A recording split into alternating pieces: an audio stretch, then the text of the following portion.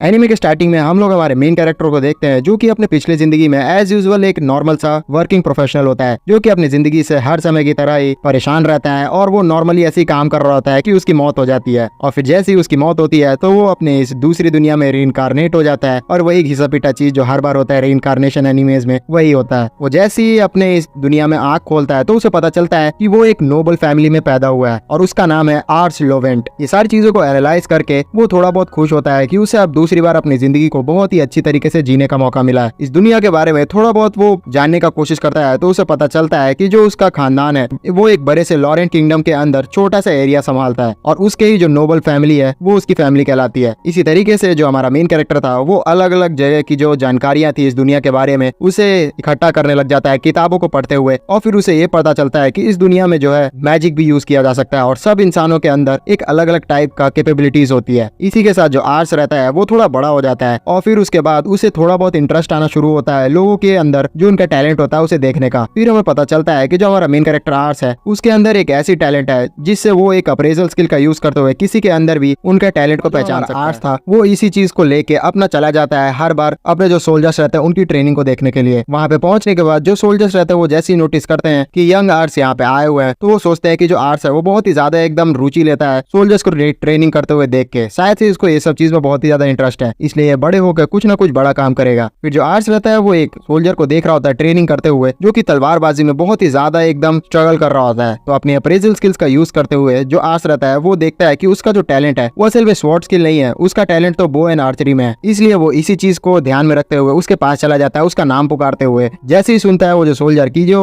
Hours है वो उसका नाम जान रहा था वो पहले ही शॉक्ड हो जाता है। और फिर उसके बाद जो आर्स रहता है वो उससे बोलता है कि तुमने कभी बो एंड एरो वाला ट्राई किया है? तो वो बोलता है कि अरे नहीं नहीं, जो बो एंड एरो है वो दूर से मारा जाता है और कोई जो असली मर्द रहता है वो दूर से बिल्कुल भी नहीं अटैक करता है, और ऐसे ही वो बड़ी बड़ी एकदम फेंकने लग जाता है। लेकिन जो आर्स था वो उससे रिक्वेस्ट करता है कि तुम एक बार बो एंड एरो ट्राई करो, और आर्स बहुत ही ज्यादा एकदम क्यूट फेस बना के बोल रहा होता है जिसकी वजह से सारे जितने भी अगल बगल के सोल्जर थे वो उसे फोर्स करने लगते हैं कि अरे एक बार ट्राई कर लो यार, ये बच्चे का दिल रख लो। जिसपे जो सोल्जर था वो तैयार हो जाता है और फिर उसके बाद वो बो एंड एरो ट्राई करता है जिसपे जो उसका मास्टर रहता है वो उसे बोलता है कि तुम पहली बार ये चीज ट्राई कर रहे हो ना, इसलिए थोड़ा पास जाके शूट करो। लेकिन जो आर्स था वो बोलता है कि नहीं, तुम दूर से ही शूट करो। फिर वो जो सोल्जर था वो इसको बात को सुनता है और फिर दूर से एक एरो शूट मारता है जो कि सीधा एकदम निशाने पे जाके लगता है। लोगों को लगता है कि ये कोई तुक्का ही था, इसलिए वो बार बार इसे मारने के लिए कहते हैं बो एंड एरो से शूट। और ये जैसे ही बार बार चीज करता है तो बार बार एकदम जो शॉट्स था वो बहुत ही ज्यादा एकदम एक्यूरेट लग रहे थे। इसी वजह से सारे जो लोग थे वो इसको तारीफ करने लग जाते हैं और बोलते हैं कि तुम्हारा जो टैलेंट है वो तो असल में आर्चरी में है, तुम्हें आर्चरी करनी चाहिए। और फिर उसके बाद सारे सोल्जर्स आर्स से पूछने लग जाते हैं कि आखिरकार आपको कैसे पता चला कि इसका जो टैलेंट है वो आर्चरी में है। जिसमें जो आर्स था वो फंस जाता है क्योंकि वो अपने जो अप्रेजल स्किल्स है वो किसी को भी बताने नहीं चाह रहा था, इसलिए वो झूठ बोल देता है कि अरे मैं तो यहाँ पे तुक्का मारा था, और ये चीज बोल के वो यहाँ से भाग लेता है।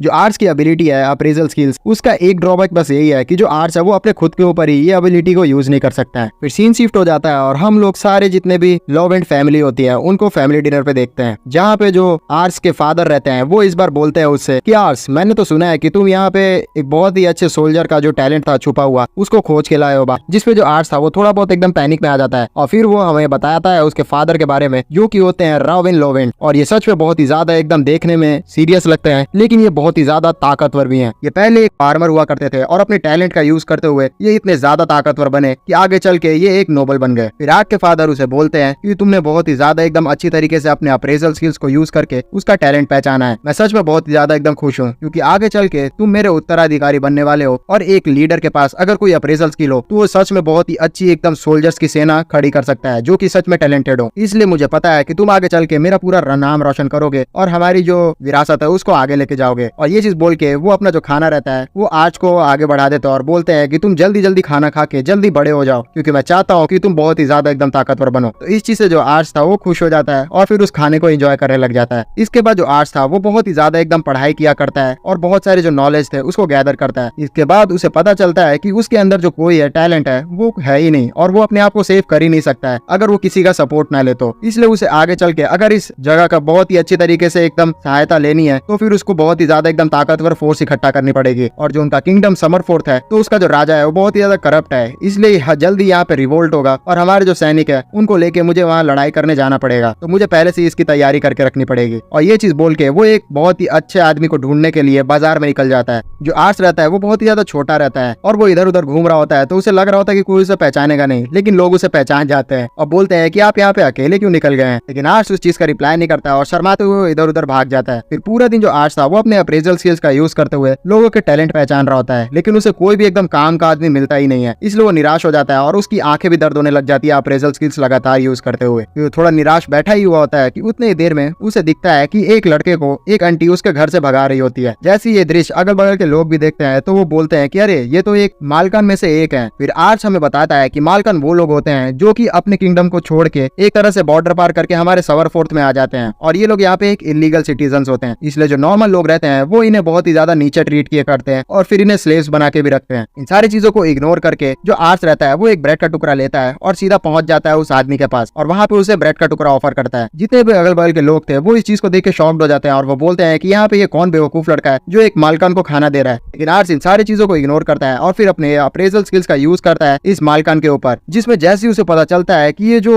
मालकन है उसका नाम रिट्स म्यूजिस है और ये बहुत ही ज्यादा एकदम एक्स्ट्रा ऑर्डिनरी टैलेंट को पोजेस करता है, तो वो बहुत ही ज्यादा एकदम मेस्मराइज हो जाता है और वो बोलता है कि ये आदमी को तो मैं अपने साथ में रखूंगा। इसके अंदर बहुत ही खतरनाक एकदम स्वॉर्ड्स की टेक्निक वाली एबिलिटी है और ये आगे चल के बहुत ही बड़ा एकदम सोल्जर बनेगा। फिर जो रिट्स रहता है वो यहाँ थैंक यू कहता है आर्ट्स को और फिर यहाँ से उसका ब्रेड खाने के बाद चला जाता है। लेकिन जो आर्ट्स था वो उसका पीछा नहीं छोड़ता है और उसके साथ एक गली में भी आ जाता है जहाँ पे जो रिट्स था उसे बोलता है कि तुम मेरा पीछा छोड़ दो, अगर किसी ने भी देखा कि तुम मेरे साथ घूम रहे हो तो बहुत ही ज्यादा गलत सोचेंगे वो लोग। जिसपे जो आर्ट्स था वो पीछे पड़ जाता है और फिर बोलता है कि मैं तुम्हारा पीछा बिल्कुल भी नहीं छोड़ूंगा, मैं चाहता हूँ कि तुम मेरे रिटेनर बन जाओ। जिसमें जो रिट्स था वो बोलता है कि तुम पागल तो नहीं हो गए हो। जिसपे जो आर्ट्स था वो बोलता है कि अरे नहीं, मैं पागल नहीं हूँ, मैं यहाँ जो किंगडम है लोवेंट उसका एक बहुत ही बड़ा नोबल हूँ और मैं यह मजाक नहीं कर रहा हूँ। तुम देख लो यहाँ पे मेरे शरीर में बैच भी है उस लोवेंट फैमिली का और मैं तुम्हें अपना रिटेनर बनाना चाहता हूँ क्योंकि तुम बहुत ही ज्यादा एकदम टैलेंटेड हो। जिसमें जो रिट्स था वो बोलता है कि तुम्हें आखिरकार कैसे पता चल गया कि मैं टैलेंटेड हूँ, बकवास की बातें बिल्कुल भी मत करो। तो जो आर्ट्स था वो बोलता है कि अरे मुझे किसी तरीके से पता चल गया, वो बात तुम छोड़ो। लेकिन फिर भी जो रिट्स था वो मान नहीं रहा होता है क्योंकि वो नहीं चाहता है कि जो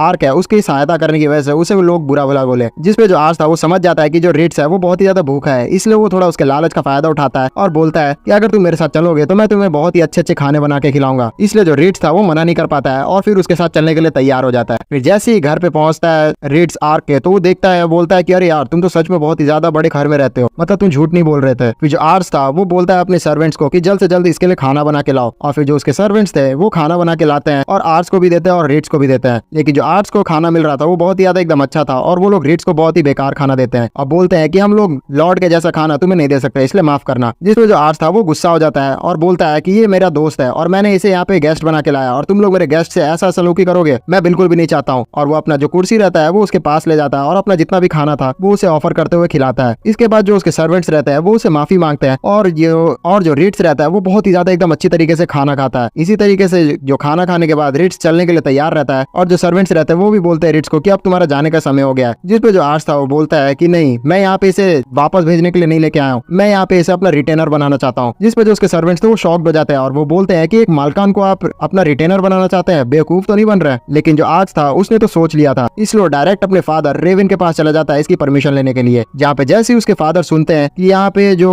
आर्ट्स है वो चाहता है रिट्स को अपने अंदर शामिल कर लेना, तो वो बोलते हैं कि तुम, मैं जान रहा हूँ कि तुम क्या चाहते हो, लेकिन ये जो आदमी है वो एक मालकान है और मालकान का जो अलग सा सिचुएशन रहता है वो हम लोग बिल्कुल भी एकदम जस्टिफाई नहीं कर सकते हैं। मैं तो कहता हूँ तुम इसे जल्दी से निकाल के यहाँ से फेंक दो क्योंकि जो हमारा किंगडम है वहाँ पे इन लोग को बहुत ही नीचे तरीके से देखा जाता है। जिसपे जो आर्ट्स था वो मन में सोचता है कि जो मेरे डैड है वो भी मालकन को लेके बहुत ही नीची सोच रखते हैं। इसके बाद वो रिक्वेस्ट करना शुरू करता है अपने डैड के सामने और बोलता है कि आप नहीं जानते, जो ये रिट्स है इसके अंदर बहुत ही ज्यादा एक्स्ट्रा ऑर्डिनरी टैलेंट है और आप मेरे अगर बात माने तो मैं आप लोगों को बता सकता हूँ कि इसके पास एकदम गॉड गिविंग टैलेंट है। इतना ज्यादा रिक्वेस्ट करते हुए देख के रेवन उससे बोलता है कि अच्छा तुम यहाँ पे इतना रिक्वेस्ट कर रहे हो तो मुझे लग रहा है कि तुमने पिछली बार की तरह जैसे उस सोल्जर का अप्रेजल स्किल्स का यूज करते हुए टैलेंट निकाला था वैसे इसका कुछ देखा है। तो जो आर्ट्स था वो बोलता है कि हाँ, मेरे अंदर से कुछ इंस्टिंक्ट आ रही है कि ये बंदा जो है वो बहुत ही ज्यादा एकदम ताकतवर बनेगा, इसलिए आप इसके टैलेंट पे एकदम भी शक नहीं कीजिए। जिसपे जो उसके डैड थे वो बोलते हैं कि अच्छा ऐसी बात है तो चलो मैं इसका एक टेस्ट लूंगा और अगर ये इस टेस्ट में पास हो गया तो मैं इसका रिटेनर बनने वाली रिक्वेस्ट है उसको एक्सेप्ट कर दूंगा। जिसपे जो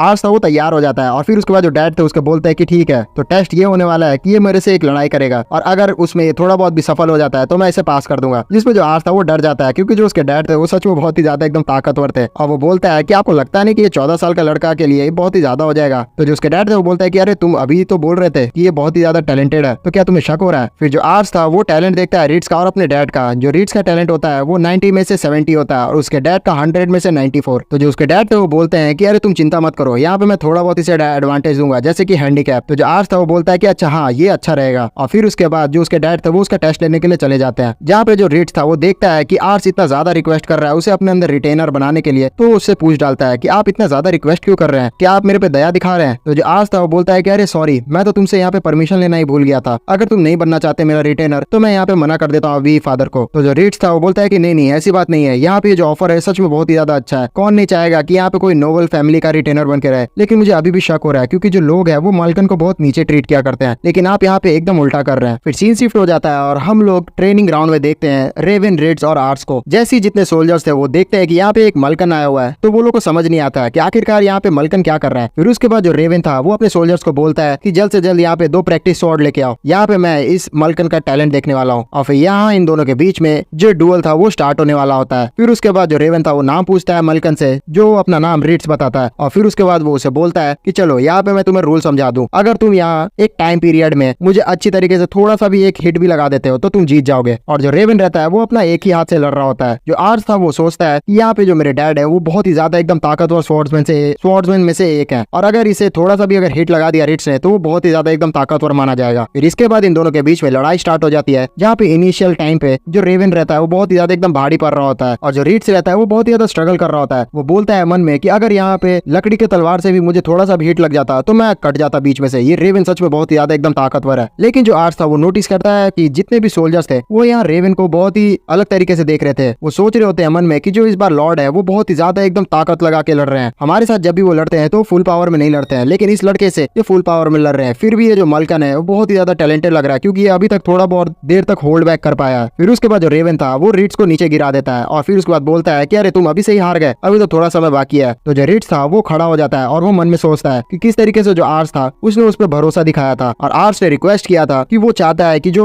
रिट्स है वो उसे ज्वाइन कर ले, और वो बहुत ही ज्यादा एकदम उम्मीद लगा के बैठा होता है रिट्स से। इसी वजह से जो रिट्स था वो मोटिवेट हो जाता है और वो बोलता है कि अब मैं बहुत ही अच्छी तरीके से लड़ूंगा। और इस तरीके से देखने के बाद आर्स रिट्स को कि बहुत ही ज्यादा एकदम वो दम लगा रहा है, तो वो समझ जाता है कि रिट्स अब कुछ ना कुछ करने वाला है। लेकिन फिर भी जो रेवन था उसे कुछ नहीं हो रहा होता है, रेवन एकदम होल्ड बैक कर ही नहीं रहा होता है। लेकिन अचानक से बीच लड़ाई में जो रेवन रहता है उसकी आंखों में थोड़ी धूप चली जाती है, इसलिए उसका जो विजन था वो थोड़ा ब्लर हो जाता है, और इसी चीज का फायदा रिट्स उठा लेता है और वो अटैक करता है उसके ऊपर। लेकिन फिर भी जो रेवन था उसे एकदम होल्ड कर लेता है, और टाइम यहीं पे खत्म हो जाता है। और रेवन बोलता है कि लगता है अब समय समाप्त हो चुका है। लेकिन सारे जो लोग थे वो एकदम शॉक्ड हो चुके होते हैं क्योंकि जो रेवन का एक बाल था वो टूट के गिर जाता है। इससे पता चल रहा होता है कि जो रिट्स है उसने अपना जो चैलेंज था उसे पूरा कर लिया, उसने जो रेवन के बाल थे उसे काट दिया, यानी कि उसने हिट कर लिया रेवन को। इस चीज को देख के जो जितने भी सोल्जर्स थे वो बोलते हैं कि सच में यहाँ पे जो रिट्स है सच में बहुत ही ज्यादा एकदम ताकतवर है। और रेवन भी रिट्स के टैलेंट को एक्नॉलेज करता है, और वो आर्स को बोलता है कि ठीक है मैं यहाँ परमिशन दे रहा हूँ कि ये जो रिट्स है वो तुम्हारा एकदम रिटेनर बन सकता है। और हाँ, तुमने सही कहा था कि ये जो रिट्स है इसके अंदर टैलेंट है कि ये बहुत ही अच्छा स्वॉर्ड्समैन आगे जल के बनेगा, इसलिए चलो मैं चाहता हूँ कि तुम इसे बहुत ही अच्छी तरीके से एकदम आगे बढ़ाओ। मुझे पहले चिंता हुआ करती थी आर्स कि तुम क्या करोगे आगे बड़े होके, लेकिन मैं देख सकता हूँ कि तुम्हारे अंदर एक टैलेंट है कि तुम लोगों के दूसरे को टैलेंट पहचान सकते हो, और ये सच में बहुत ही ज्यादा एकदम कारगर टैलेंट है। तुम अगर इसी तरीके से करते रहे तो आगे चल के तुम बहुत ही ज्यादा एकदम नाम हमारा आगे बढ़ाओगे, और क्या पता तुम शायद से एम्परर भी बन जाओ। जिस पे जो आर्स था वो शॉक्ड होता है, और उसके फादर बोलते हैं कि अरे नहीं मैं मजाक कर रहा हूँ, वैसे भी जो एम्परर है वो एक टाइटल ही है और इसको तुम इतना सीरियस मत लेना। सीन शिफ्ट होता है और फाइनली हम लोग जो रिट्स रहते हैं उसके एक प्रॉपर कपड़ों में देखते हैं लॉवेंट फैमिली के सर्वेंट की तरह, जहाँ पे वो अब शामिल कर लिया हो गया होता है स्वॉर्ड्समैनशिप के अंदर। फिर वो आर्स से मिलता है और फिर उसके बाद थैंक्स भी कहता है आर्स को क्योंकि उसने उसका टैलेंट पहचाना और उसे रोड से उठा के एकदम स्टार बना दिया। अगर वो नहीं होता तो अभी भी रोड पे वो एकदम तड़पते हुए मर रहा होता। इसलिए मैं यहाँ पे प्लेज लेता हूँ कि मैं पूरे अपने मरने दम तक आपकी यहाँ पे सहायता करूंगा। इस तरीके को सुन के जो आर्स रहता है वो बहुत ज्यादा एकदम खुश हो जाता है, और फिर उसके बाद बोलता है रिट्स को कि चलो ठीक है तो हम लोग यहाँ पे अपना जो सफर है उसे शुरू करते हैं, और मैं यहाँ पे बहुत ही ज्यादा एकदम ताकतवर अपनी फोर्स बना के तैयार रहूंगा।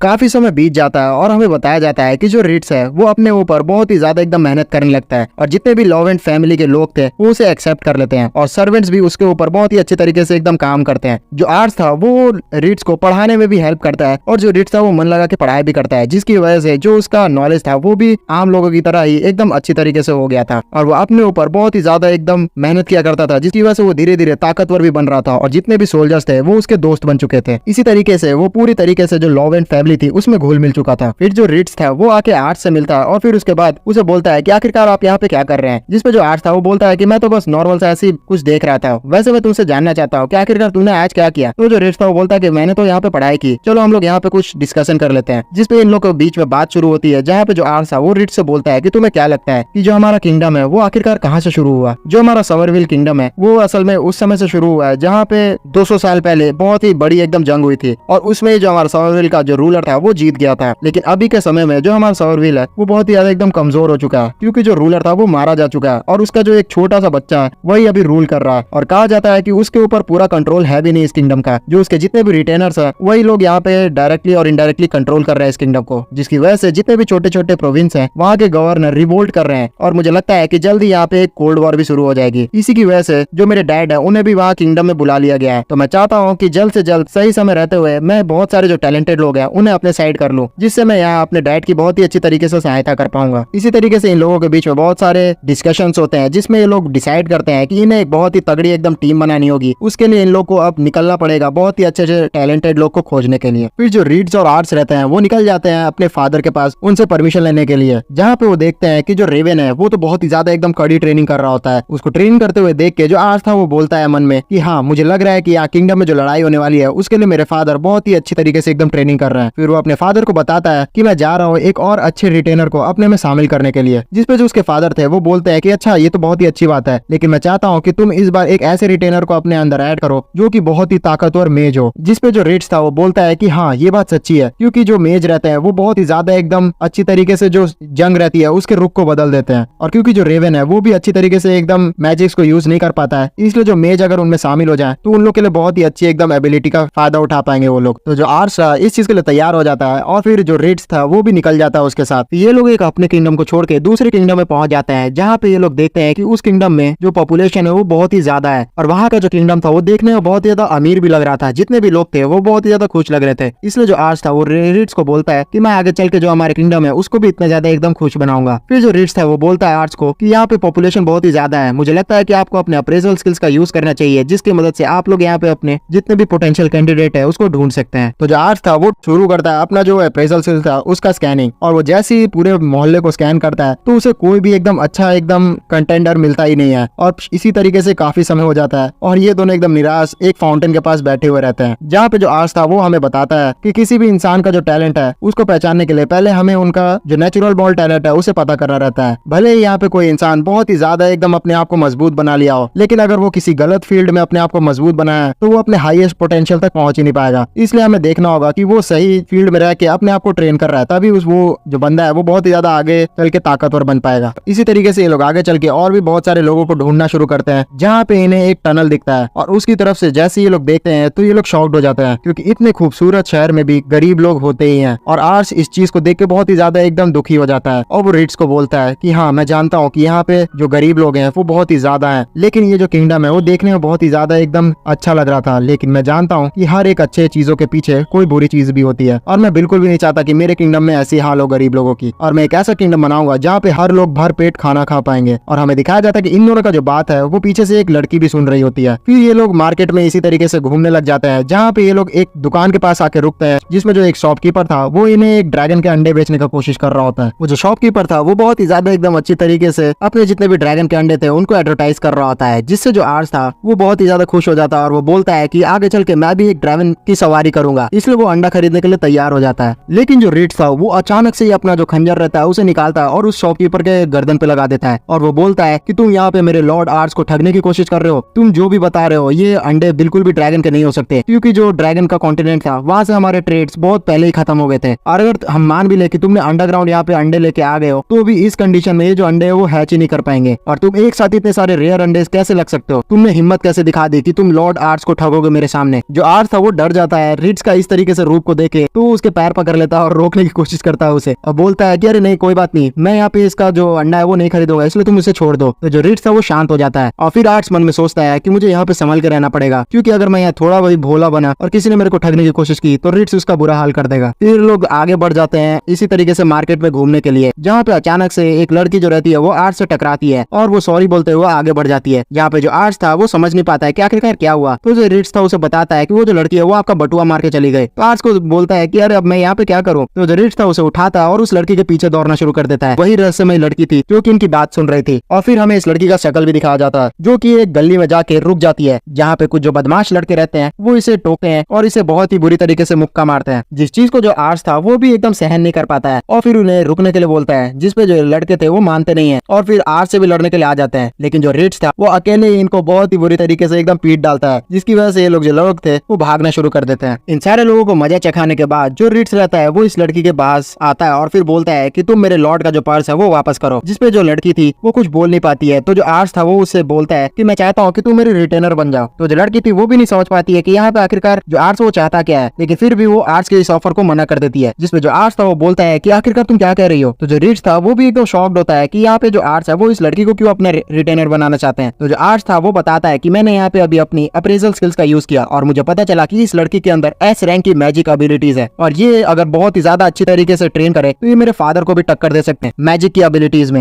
लेकिन फिर भी ये जो लड़की थी वो मानती ही नहीं है रिटेनर बनने के लिए आर्ट्स का। लेकिन जो आर्ट्स था उसे बोलता है कि मैं देख सकता हूँ कि तुम बहुत ही ज्यादा एकदम स्ट्रगल करके यहाँ पे रहती हो। अगर तुम मेरी रिटेनर बन जाती हो तो मैं तुम्हें बहुत ही अच्छी एकदम सैलरीज प्रोवाइड करूंगा और साथ ही साथ तुम्हें खाने के लिए भी बहुत ही अच्छी अच्छी चीजें मिलेंगी। तो तुम ये चीज क्यों नहीं ज्वाइन कर लेती। लेकिन फिर भी जो लड़की थी वो बहुत ही ज्यादा नफरत करती थी नोबल से और वो बोलती है कि तुम जानते नहीं हो कि आखिरकार हम लोग किस तरीके से इस दुनिया में रहते हैं। तुम्हें तो बस थोड़ा बहुत एकदम मूवी वाले थोड़े बहुत डायलॉग सीख लिया है कि मैं लोगों को अच्छा प्रोवाइड करूंगा खाना ये वो, लेकिन तुम असली रियलिटी जो है वो बिल्कुल भी नहीं जानते हो। इसी वजह से तुम हमारे जो प्रॉब्लम्स है वो समझ नहीं पाओगे। तो मैं बिल्कुल भी तुम्हें ज्वाइन नहीं करूंगी। और मुझे इस तरीके से लग रहा है कि तुम इतना ज्यादा जो मुझे पैसे का ऑफर कर रहे हो तो कहीं तुम यहाँ पे मेरे को नीचा तो नहीं दिखा रहे हो। इसलिए वो गुस्सा हो जाती है। तो जो रिच था वो एकदम स्वैगस्टर बनते हुए बोलता है अच्छा ठीक है, तो तुम ज्वाइन नहीं करना चाहती तो यहाँ पे मेरे जो लॉर्ड है उसका पर्स वापस करो। तो जो लड़की थी वो बोलती है कि ठीक है, वैसे भी तुमने मेरा यहाँ पे जान बचाया इसलिए मैं तुम्हें पर्स वापस कर देती हूँ। पर्स वापस करने के दौरान ही जो आर्ट्स रहता है उसका ध्यान जाता है इस लड़की के हाथ पे जो कि बहुत ही ज्यादा एकदम अजीब सा निशान बना हुआ रहता है उस पे। जिसपे जो आर्ट्स था उसे पूछ डालता है कि आखिरकार ये निशान कैसे बना हुआ है। तो जो लड़की थी वो बताती है कि दरअसल जो मैं अपने एक स्लेव ट्रेडर था उससे बच के भागी हुई हूँ। मैं एक नोबल के घर में चोरी कर रही थी लेकिन उसने मुझे पकड़ लिया और फिर उसके बाद स्लेव ट्रेडर को बेच दिया। लेकिन मैं वहाँ से किसी तरीके से भाग आई, लेकिन अभी वो लोग मेरे से पीछा कर रहे हैं और वो जो लोग को तुमने अभी जो मारा है वो उन्हीं लोग के साथ ही है और वो लोग किसी तरीके से मुझे कैद करना चाहते हैं क्योंकि मैं एक लड़की हूँ तो वो मेरा इस्तेमाल करते हुए बहुत सारे पैसे कमा सकते हैं। तो जो आर्ट्स था वो बोलता है कि अरे तुम तो यहाँ से भागी गई थी ना, तो फिर तुम इस कॉन्टिनेंट से पूरा गायब भी क्यों नहीं हो गए। जिसपे वो जो लड़की थी वो बोलती कि मेरा यहाँ पे कुछ काम रह गया है। उतनी देर में यहाँ बहुत सारे जो छोटे छोटे बच्चे थे वो आ जाते हैं इस लड़की के पास और बोलते हैं कि तुम कहाँ चली गई थी, हम लोग को तुम्हारी चिंता बहुत ही ज्यादा हो रही थी, 2 दिनों से तुम यहाँ पे आए नहीं हो और हम लोग बहुत ही ज्यादा भूखे भी हैं। फिर वो जो लड़की थी वो बोलती है कि ये सारे जो बच्चे हैं वो मेरी तरह अनाथ हैं और इनका कोई भी नहीं है इस दुनिया में और मैं इन लोग को पीछे छोड़ के यहाँ पे नहीं जा सकती क्योंकि इनकी जो जिम्मेदारी है वो मैंने उठा ली है। जिसपे जो आर्ट्स था वो समझ जाता है इस चीज को और फिर उसके बाद वो अपना जो पर्स था वो रिच से मांगता है और इसी लड़की को दोबारा से दे देता है। जिसपे ये लड़की थी वो उस पर्स को लेके बोलती है कि ये मत कहना आगे चल के कि मैं अपना जो पर्स है वो मुझे वापस करो क्योंकि ये तुम मुझे अपने मर्जी से दे रहे हो। जिसपे जो आर्ट्स था वो बोलता है कि हाँ कोई बात नहीं, तुम इसे ले सकती हो। फिर जो लड़की थी वो सारे बच्चों को लेके अपने साथ चली जाती है और वो मन में सोचती है कि ये जो नोवेल है वो सच में बहुत ही ज्यादा एकदम अजीब है। फिर जो आर्ट्स था वो रिच को बोलता है मैं चाहता तो था कि ये लड़की को मैं ज्वाइन करवा लूं, लेकिन ये सच में बहुत ही ज्यादा एकदम अच्छे तरीके से उन बच्चों की सहायता करती है और मैं उन बच्चों से इसे अलग नहीं करना चाहता। फिर इसके बाद ये दोनों एक होटल में आकर रुक जाते हैं जहाँ पे जो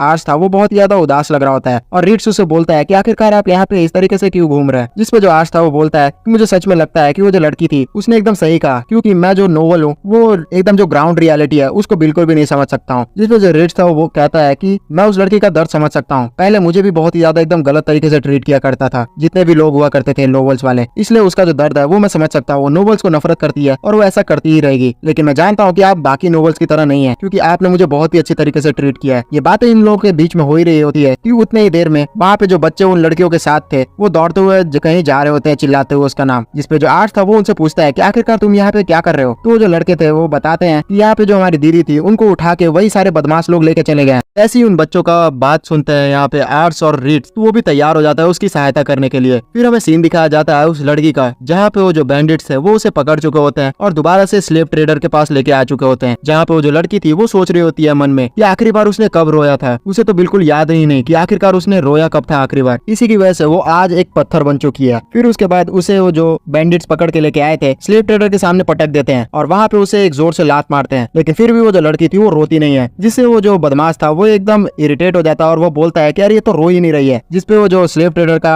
लीडर था वो बोलता है कि यहाँ पे हमें इससे कोई मतलब नहीं है, हमें जल्द से जल्द इसे ज्यादा नुकसान नहीं पहुंचाना है क्योंकि इसका मैंने सौदा कर दिया है किसी को। उतनी देर में वो जो लड़की के पॉकेट में से आर्ट्स का बटुआ रहता है वो भी गिर जाता है और इस चीज का ध्यान इन सारे बदमाशों को लग जाता है और वो उस पैसे को उठाने लगते हैं और वो बोलते हैं कि अरे इसमें तो बहुत ही ज्यादा एकदम पैसे हैं। तो ये जो लड़की थी वो उनसे छीनने लग जाती है उस बटुए को, तो ये लोग उस पर और भी ज्यादा हाथ उठाते हैं। उतनी देर में यहाँ रिट्स आ जाता है और इन सभी को देखता है, तो वो बोलता है कि तुम इस लड़की को छोड़ दो वरना तुम्हारा ये जो हाल है वो बहुत ही ज्यादा बुरा हो जाएगा। जिसपे जो ये स्लेव ट्रेडर वाला मालिक रहता है वो बोलता है कि तुम यहाँ पे मेरे एरिया में आके मुझे ही धमका रहे हो, तुम अपने आप को बड़ा समझते हो क्या? और फिर वो अपने सारे जितने भी बदमाश थे उन सभी को अटैक करने के लिए बोलता है रिट्स पे। लेकिन जो रिट्स था वो पलक झपकते इन सारे लोग को हरा देता है। फिर वो पहुंचने लगता है उसी लीडर के पास जहाँ पे वो लीडर था। वो बोलता है कि तुम यहाँ पे गलत कर रहे हो, तुम मेरे एरिया में आके यहाँ उधम मचा रहे हो। फिर आर्स भी यहाँ पे आ जाता है और फिर उसके बाद इस स्लेव मर्चेंट को बोलता है कि तुम यहाँ पे एक काम कर सकते हो क्या मेरे लिए? मैं चाहता हूँ कि तुम इस लड़की को यहाँ आजाद कर दो। जिसमें वो जो स्लेव मर्चेंट था वो बोलता है कि तुम बेवकूफ तो नहीं हो, तुम तो एक नोबल हो, तो तुम जान सकते हो कि यहाँ पे आखिरकार स्लेव मर्चेंट्स के साथ हम लोग क्या करते हैं। तो जो आर्स था उसे तो पता ही नहीं होता कि आखिरकार यहाँ पे जो स्लेव्स होते हैं उनके साथ क्या किया जाता है। तो ये जो लड़की रहती है वो बोलती है आर्स को कि तुम यहाँ पे बिल्कुल भी इस पंगे में मत आओ क्योंकि ये तुम्हारा बिल्कुल भी काम नहीं है। तो जो आर्स था वो उसे बोलता है कि मैं जब से तुमसे मिला हूँ मैंने उसी समय तुम्हारे आंखों में देख लिया था कि तुम्हारे अंदर एकदम खालीपन है और तुम एकदम उम्मीद हार चुकी हो। और कोई इंसान अगर कोई उम्मीद ही हार जाए जीने की तो वो बहुत ही ज्यादा एकदम खराब बात होती है। तो जो स्लेव मर्चेंट रहता है वो बोलता है कि तुम क्या बकवास बात कर रहे हो, वैसे भी स्लेव्स के अंदर जो जीने की इच्छा होती है उसका हम लोग क्या ही कर लेंगे, वैसे भी इन्हें तो बेचना ही रहता है। जिसपे जो आर्स था वो गुस्सा हो जाता है और फिर उसे चिल्ला के बोलता है कि तुम कौन होते हैं यहाँ पे डिसाइड करने वाले कि कौन जिएगा कौन मरेगा। इस तरीके से आर्स को अपने लिए लड़ते हुए देख के जो लड़की रहती है वो मन में सोचती है कि मैंने जो अपना रोना भूला था वो इस वजह से भूला था क्योंकि इस दुनिया में रोने का कोई भी एकदम काम नहीं होता है। मैं एकदम अकेली हुआ करती थी और किसी को भी फर्क नहीं पड़ता था अगर मैं रो भी तो, इसलिए मैं अपने आप को पूरी तरीके से एकदम स्ट्रांग बना ली और अपने आप को एकदम पत्थर बना लिया। लेकिन पता नहीं क्यों मैं आज क्यों रोना चाह रही हूँ। और वो एकदम फूट फूट के रोना शुरू कर देती है। फिर उसके बाद जो स्लेव मर्चेंट रहता है वो इतना ज्यादा ड्रामा देख के सीधा बोलता है कि तुम मेरे को एकदम बकवास मत करो और वो अपने बहुत सारे जो लोग थे वो भी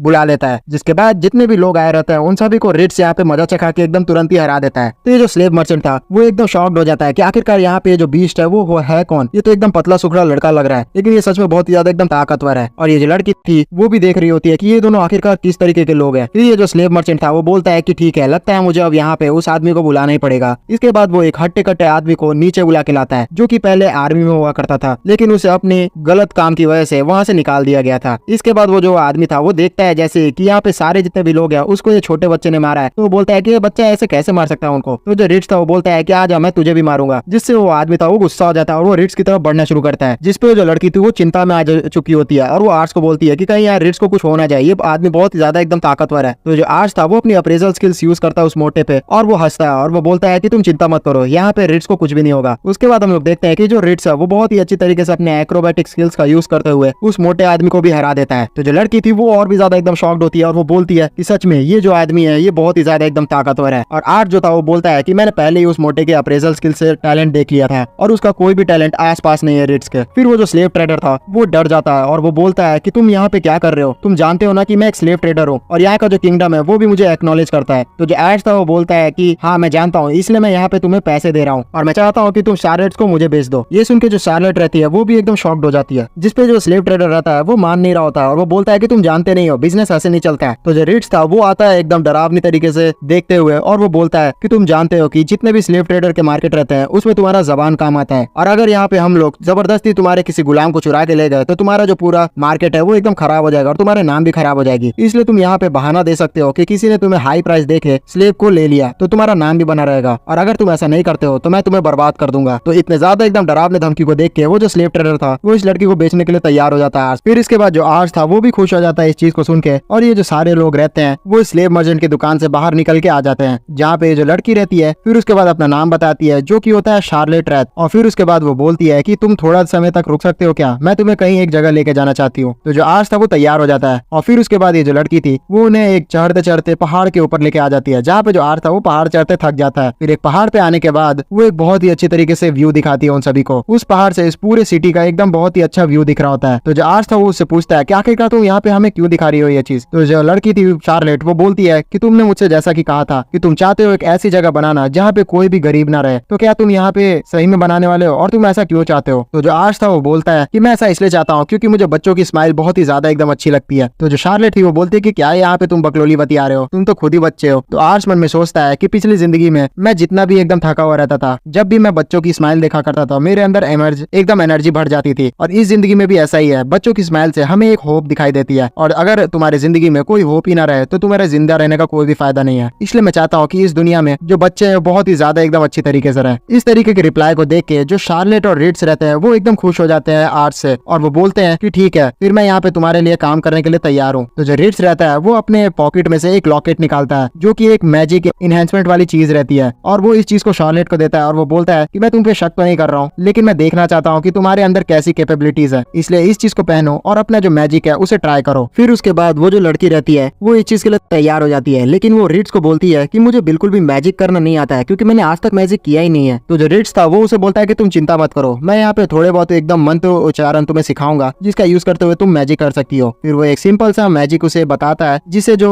शार्लेट रहती है वो करने के लिए तैयार हो जाती है। उस लॉकेट को पहनने के बाद शार्लेट उस मैजिक को जैसे ही प्रोनाउंस करती है तो एक बहुत ही बड़ा एकदम फायर ब्लास्ट होता है, और क्योंकि शार्लेट एक एस क्लास मैजिशियन बनने वाली है आगे चल के, इसलिए उसके अंदर बहुत ही ज्यादा पोटेंशियल होता है। वो फायर ब्लास्ट इतनी ज्यादा जोर से हुआ रहता है कि जितने भी सिटी के लोग रहते हैं वो भी समझ नहीं पाते हैं कि आखिरकार यहाँ पे इतना बड़ा ब्लास्ट किस वजह से हुआ है, और आर्ट्स और जो रिट्स रहते हैं वो भी देख के इस चीज को शॉक्ड हो जाते हैं। जो रिट्स रहता है वो फाइनली यहाँ शार्लेट की पावर को एकदम एक्नॉलेज कर लेता है। शार्लेट की पावर की वजह से जो उसे लॉकेट मिला था वो तक ब्लास्ट कर जाता है। फिर जो शार्लेट थी वो इन सबसे पूछती है कि क्या है मैंने यहाँ पे सही किया, तो ये दोनों उसकी तारीफ करने लग जाते हैं और वो बोलते हैं कि सच में तुम बहुत ही ज्यादा एकदम काबिल हो और आगे चल के तुम बहुत ही ज्यादा ताकतवर बनोगी। फिर जो शार्लेट थी वो उसे थैंक्स कहती है और फिर बोलती है कि क्या मुझे तुम्हारे साथ काम करने के बाद खाने के लिए और रहने के लिए जगह मिलेगी। तो जो आर्ट्स था उसे बोलता है कि तुम चिंता मत करो, तुम्हें भरपेट खाना मिलेगा अच्छी तरीके से और रहने की जगह भी मिलेगी, और ज्यादा नहीं हम तुम्हें मंथली सैलरी भी दिया करेंगे। तो जो शार्लेट रहती है वो बोलती है कि मैं चाहती हूँ कि तुम्हारा जो मंथली सैलरी है वो उन ऑर्फनेज वाले बच्चों को दे दो, क्योंकि मैं अगर यहाँ से चली जाऊंगी तो मेरे सिवाय उनका कोई भी नहीं बचेगा, और मेरे लिए क्या है, मेरे को बस रहने और खाने के लिए मिल जाए तो उतना ही काफी है। तो जो आर्ट्स था वो इस चीज के लिए तैयार हो जाता है और वो वादा करता है उससे कि जितना भी वो कमाएगा वो सीधा उन बच्चों को दे देगा। और आर्ट्स इस चीज को देखने के लिए सच में बहुत ही ज्यादा एकदम एक्साइटेड रहता है कि किस तरीके जो शार्लेट है वो आगे चल के बहुत ही ज्यादा एकदम पावरफुल मैजिशियन बनेगी। जिस चीज को जो शार्लेट सुनती है तो वो समझ नहीं पाती है कि आखिरकार यहाँ पे आर्ट्स क्या कह रहा है, क्योंकि उसे अभी तक नहीं पता होता है कि उसके अंदर बहुत ही ज्यादा एकदम अच्छी मैजिक कैपेबिलिटीज रहती है। फिर उसके बाद वो आर्ट्स को बोलती है कि मैं क्या तुमको लॉर्ड बोल के बुलाऊं। तो जो आर्ट्स था वो उसे बोलता है कि अरे नहीं नहीं, मुझे तुम यहाँ पे लॉर्ड बोल के नहीं बुलाओगी तो भी चलेगा। तो जो शार्लेट थी वो बोलती है कि अच्छा हाँ ये तो बहुत ही अच्छी बात है, क्योंकि वैसे भी मैं तुमसे एज में बहुत ही ज्यादा बड़ी हूँ, इसलिए मैं तुम्हें नाम लेके ही बुलाऊंगी। फिर जो आर्ट्स था वो बोलता है कि हाँ कोई बात नहीं, मुझे इस चीज सुन के भी अच्छा लगा, और क्या हम लोग यहाँ से अब चल सकते हैं, क्योंकि मेरे पास बिल्कुल भी पैसे नहीं बचे कि यहाँ पे मैं ज्यादा समय तक रुक पाऊँ। जिसपे जो शार्लेट थी वो उससे माफी मांगती है और वो बोलती है कि माफ करना, मैंने तुम्हारा जितना भी इस पैसे थे उसे रख लिया, लेकिन मैं क्या करती, वहाँ पे मेरी मजबूरी थी। जिसपे जो आर्ट्स था उसे बोलता है कि कोई बात नहीं। फिर फाइनली ये लोग यहाँ से निकलने के लिए तैयार होते हैं, और जो शार्लेट रहती है वो जाने से पहले उन बच्चों से भी मिलती है और उन्हें भी वो गुड बाय कहती है। फिर जो आर्ट्स रहता है वो मन में सोच रहा होता है कि जो रिट्स और शार्लेट है वो बहुत ही ज्यादा एकदम ताकतवर है और आगे चल के ये लोग और भी ज्यादा ताकतवर बनेंगे, और मैं एक नॉर्मल सा इंसान हूँ जिसके अंदर ज्यादा कोई कैपेबिलिटीज भी नहीं है, तो क्या मैं आगे चल के इन्हें लीड कर पाऊंगा। मुझे सच में बहुत ही ज्यादा एकदम अजीब लग रहा है। लेकिन फिर इस चीज को मन में से हटाते हुए वो बोलता है कि नहीं, मैंने यहाँ पे शार्लेट से वादा किया है कि मैं आगे चल के कैसे से एकदम लीड करूंगा। इसी के साथ फिर हमें शार्लेट दिखाई जाती है जो कि एकदम जानवर की तरह खा रही होती है, और उसे इस तरीके से खाते हुए देख के जो रिट्स रहता है उसे मैनर सिखा रहा था, और वो बोल रहा होता है कि तुम्हें मैनर सीखने पड़ेंगे। तो जो शार्लेट थी वो बोलती है कि मैंने बचपन से कुछ सीखा ही नहीं है, इसलिए मुझे तुम मैनर्स बिल्कुल भी मत सिखाओ। तो जो रिट्स था उसे बोलता है कि तुम्हें मैनर्स तो सीखने ही पड़ेंगे, क्योंकि तुम आगे चल के लॉर्ड आर्ट्स के साथ घूमने वाली हो और तुम्हारे ऊपर लोवेंट फैमिली की जिम्मेदारी भी रहेगी, इसलिए तुम अगर जरा सा भी कुछ उल्टा पुल्टा काम करती हो तो इससे लोवेंट फैमिली का नाम खराब होगा, और मैं ऐसा बिल्कुल भी नहीं होने दूंगा। तो इस चीज को इग्नोर करते हुए जो शार्लेट थी वहीं पे सो जाती है और आर्ट्स हंसने लग जाता है। इसी तरीके से ये लोग फाइनली पहुंच जाते हैं लोवेंट के जो किला रहता है वहां पे, और वहां पे जो आर्ट्स था वो अपने फादर से मिलवाता है शार्लेट को। जहाँ पे जैसे ही रेवन देखता है कि ये लड़की को लेके आया है तो सीधा मना कर देता है, और वो बोलता है कि एक लड़की का किसी भी बैटलफील्ड में जाना बिल्कुल भी सही नहीं होगा। तो जो आर्ट्स था वो रिट्स को बोलता है कि वही वाला जो लॉकेट है वो शार्लेट को फिर से पहनाओ, और उस लॉकेट को पहनने के बाद आर्ट्स शार्लेट को बोलता है कि जल्द से जल्द अपना जो टेक्निक है वो फादर को दिखाओ। तो जो शार्लेट थी वो वही सेम मैजिक यहाँ पे करके दिखाती है, और उतने ज्यादा एकदम ताकत को देख के जो रेवन रहता है वो भी एकदम शॉक्ड हो जाता है, और फिर उसके बाद शार्लेट को बोलता है कि मुझे अपनी शक्ति दो। इसका मतलब ये रहता है कि शार्लेट आगे चल के मदद करे रेवन की आगे बढ़ने में, जिसके लिए जो शार्लेट रहती है वो भी तैयार हो जाती है, और फिर रेवन इन सारे लोगों को अपने घर में वेलकम करता है। फिर हमें काफी लंबा एकदम टाइम स्किप दिखाया जाता है जहाँ पे जो आर्ट्स रहता है वो भी बड़ा हो चुका होता है। उसी समय पे जो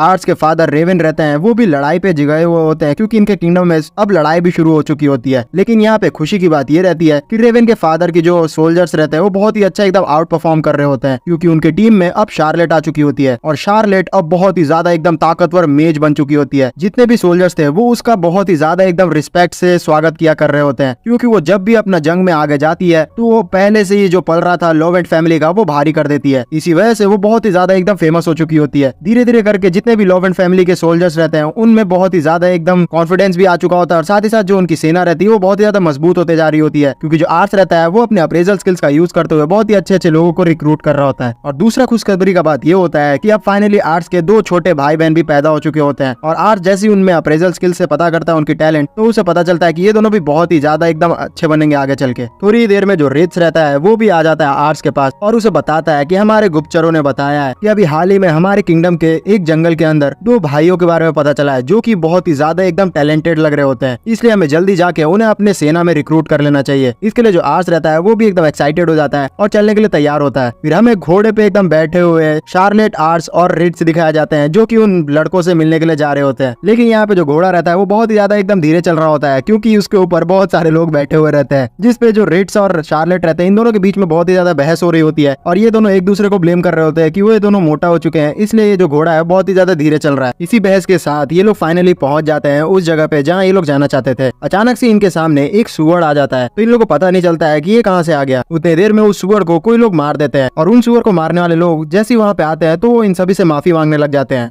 असल में ये जो दोनों भाई रहते हैं वो वही रहते हैं जिनसे मिलने के लिए ये दोनों आए हुए रहते हैं। फिर जो आर्ट्स रहता है वो अपना अप्रेजल स्किल्स का यूज करता है इन दोनों भाइयों के ऊपर और उसे पता चलता है कि ये दोनों भाई तो सच में बहुत ही ज्यादा एकदम ताकतवर है अपने कॉम्बैट स्किल में, इसलिए वो डायरेक्टली इन दोनों को ऑफर दे देता है कि अपने सेना में ज्वाइन हो जाओ। इनके घर में पहुंचने के बाद इनके फादर को भी जैसे पता चलता है कि यहाँ पे जो लॉर्ड का बेटा है वो साक्षात यहाँ पे इन दोनों भाइयों को रिक्रूट करने के लिए आया है, तो वो भी बहुत ही ज्यादा एकदम खुश हो जाते हैं और इन दोनों भाइयों का भी मन था सेना में जाने का, इसलिए इन लोग का भी सपना पूरा हो रहा था। फिर इन दोनों भाइयों का जो फादर रहता है वो बोलता है कि आप सच में बहुत ही ज्यादा एकदम अच्छे हैं और आपकी उम्र का ही मेरा दूसरा छोटा सा बेटा है वो नालायक है एकदम, आप इतने ज्यादा एकदम जिम्मेदारी से अपने सेना को बढ़ाने में लगे हुए हैं लेकिन वो कुछ काम ही नहीं क्या करता है। उतने देर में इसका जो छोटा बेटा रहता है वो भी यहाँ पे आ जाता है और वो चुपके से ही अपने घर से ही खाना चुरा के दोबारा से छुपने जा रहा होता है। तो जो इसका फादर रहता है वो उसे डांट देता है और बोलता है कि हे तुम यहाँ पे लॉर्ड को इग्नोर करके क्यों जा रहे हो, जल्द से जल्द इनको यहाँ पे प्रणाम कहो। तो जो छोटा बेटा रहता है इनका वो उसे प्रणाम कहता है और यहाँ से जाने लगता है। तो जो आर्ट्स रहता है वो अपना अप्रेजल स्किल्स इस पे भी इस्तेमाल करता है और ये चीज देख के वो एकदम शॉक भी हो जाता है क्योंकि ये जो छोटा बच्चा रहता है वो कॉम्बैट में तो बिल्कुल भी अच्छा नहीं रहता है, लेकिन जो इसका दिमाग रहता है वो आइंस्टाइन से भी तेज रहता है। इसके आईक्यू का यूज करते हुए ये बहुत ही अच्छी एकदम स्ट्रेटेजी डाल देता है इस लड़के को कि तुम मेरे रिटेनर बन जाओ। जिस चीज को सुन के जो बच्चा था वो समझ ही नहीं पाता है और इसका जो फादर था वो भी बोलने लगता है कि अरे आपसे कोई गलती हो गई होगी, ये कॉम्बैट में बिल्कुल भी एकदम अच्छा नहीं है। लेकिन जो आर्ट्स था वो जिद करने लगता है और बोलता है कि ये कॉम्बैट में तो अच्छा नहीं है लेकिन इसका दिमाग बहुत ही ज्यादा तेज है। दूसरी तरफ ये जो बच्चा था उसे लग रहा होता है कि ये जो लोग हैं वो इसको रिटेनर बना के इसको कच्चा चबा जाएंगे और ये लोग उसे इस तरह से बुला रहे हैं कि वो उसे खत्म कर देंगे कि आ जाओ हम तुम्हारा जल्दी से कचुम्बर बना देंगे। इसी से वो तुरंत ही डर जाता है और यहाँ से एकदम भाग जाता है। जो उस बच्चे का फादर रहता है वो आर्ट्स से बोलता है कि आप बिल्कुल भी चिंता ना करें, ये हमेशा से इसकी आदत है। मैं जानता हूँ कि ये बहुत ही ज्यादा एकदम पढ़ने में अच्छा है और ये दिन भर किताबों में ही घुसा रहता है, लेकिन आप इसका कुछ भी नहीं कर सकते। तो जो आर्ट्स था वो रिक्वेस्ट करता है कि मैं इससे एक बार जाके बात करना चाहता हूँ। तो जो उस लड़का का फादर रहता है वो उसे परमिशन दे देता है कि ठीक है तुम जाके इससे मिल लो। फिर जो आर्ट्स रहता है वो चला जाता है उस लड़के से बात करने के लिए, जहाँ पे जैसे ही वो लड़का देखता है कि आर्ट्स उससे मिलने आ गया है तो वो डर जाता है और बोलता है कि तुम्हारा जो मनोकामना है मैं पूरा नहीं कर सकता, इसलिए तुम यहाँ से चले जाओ। तो जो आर्ट्स था वो उसे संभालता है और बोलता है कि अरे तुम डरो मत, यहाँ पे मैं तुम्हारी मदद करने के लिए आया हूँ। वैसे क्या तुम्हें किताबें पढ़ना बहुत ही ज्यादा पसंद है? जिसपे वो बोलता है कि हाँ मुझे पसंद है, क्योंकि मेरी जो मदर थी वो मुझे बहुत ही अच्छे तरीके से किताबें पढ़ के सुनाया करती थी। तो जो आर्ट्स था वो बोलता है कि अच्छा तो तुम्हारी मदर तुम्हें पढ़ना सिखाती थी, इसका मतलब तुम्हें पढ़ना आता है, तो तुम मेरे लाइब्रेरी में क्यों नहीं चलते हो, वहाँ पे बहुत सारी तुम्हें किताबें मिलेंगी। तो जो लड़का था वो थोड़ा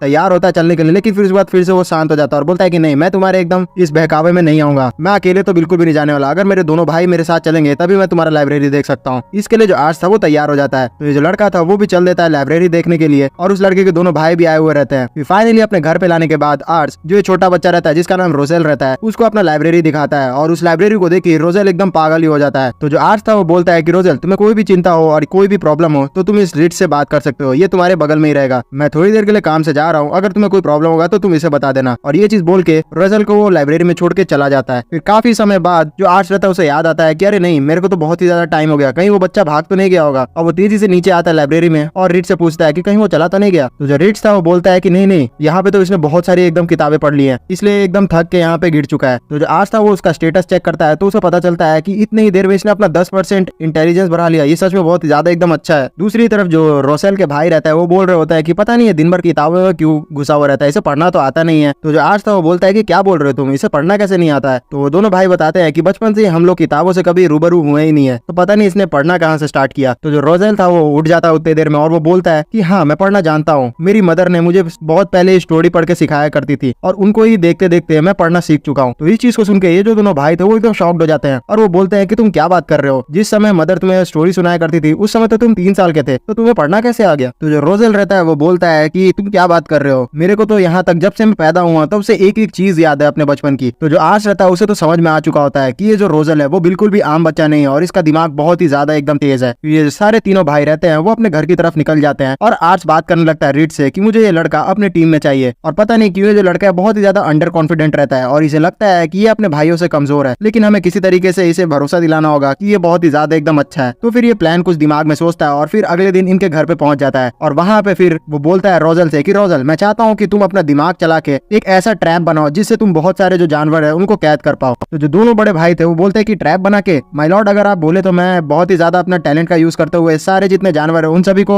हंट कर सकता हूँ। जिस चीज के लिए जो आर्स था वो मना कर देता है और बोलता है कि नहीं, मैं यहाँ चाहता हूँ कि तुम लोग एक ट्रैप बिछा के उन सारे जानवरों को पकड़ो। तो जो रोजेल था वो बोलता है कि पता नहीं मैं ये चीज कर पाऊंगा कि नहीं, जिसपे जो आर्स था उसका हाथ पकड़ते हुए उसको बहुत ही ज्यादा कॉन्फिडेंस दिलाता है और बोलता है कि तुम अपने दिमाग का इस्तेमाल करो, तुम ये कर सकते हो। तो इस चीज को सुनने के बाद वो कॉन्फिडेंट हो जाता है और बहुत ही तगड़ा अपना दिमाग का इस्तेमाल करते हुए एक ट्रैप बना देता है। फिर कुछ देर बाद वहाँ पे इन सभी के फादर भी आ जाते हैं और वो देखते हैं इस ट्रैप को तो वो भी दंग रह जाते हैं। उन्हें समझ नहीं आता है कि जो रोजेल है वो इतना तगड़ा एकदम ट्रैप कैसे बना।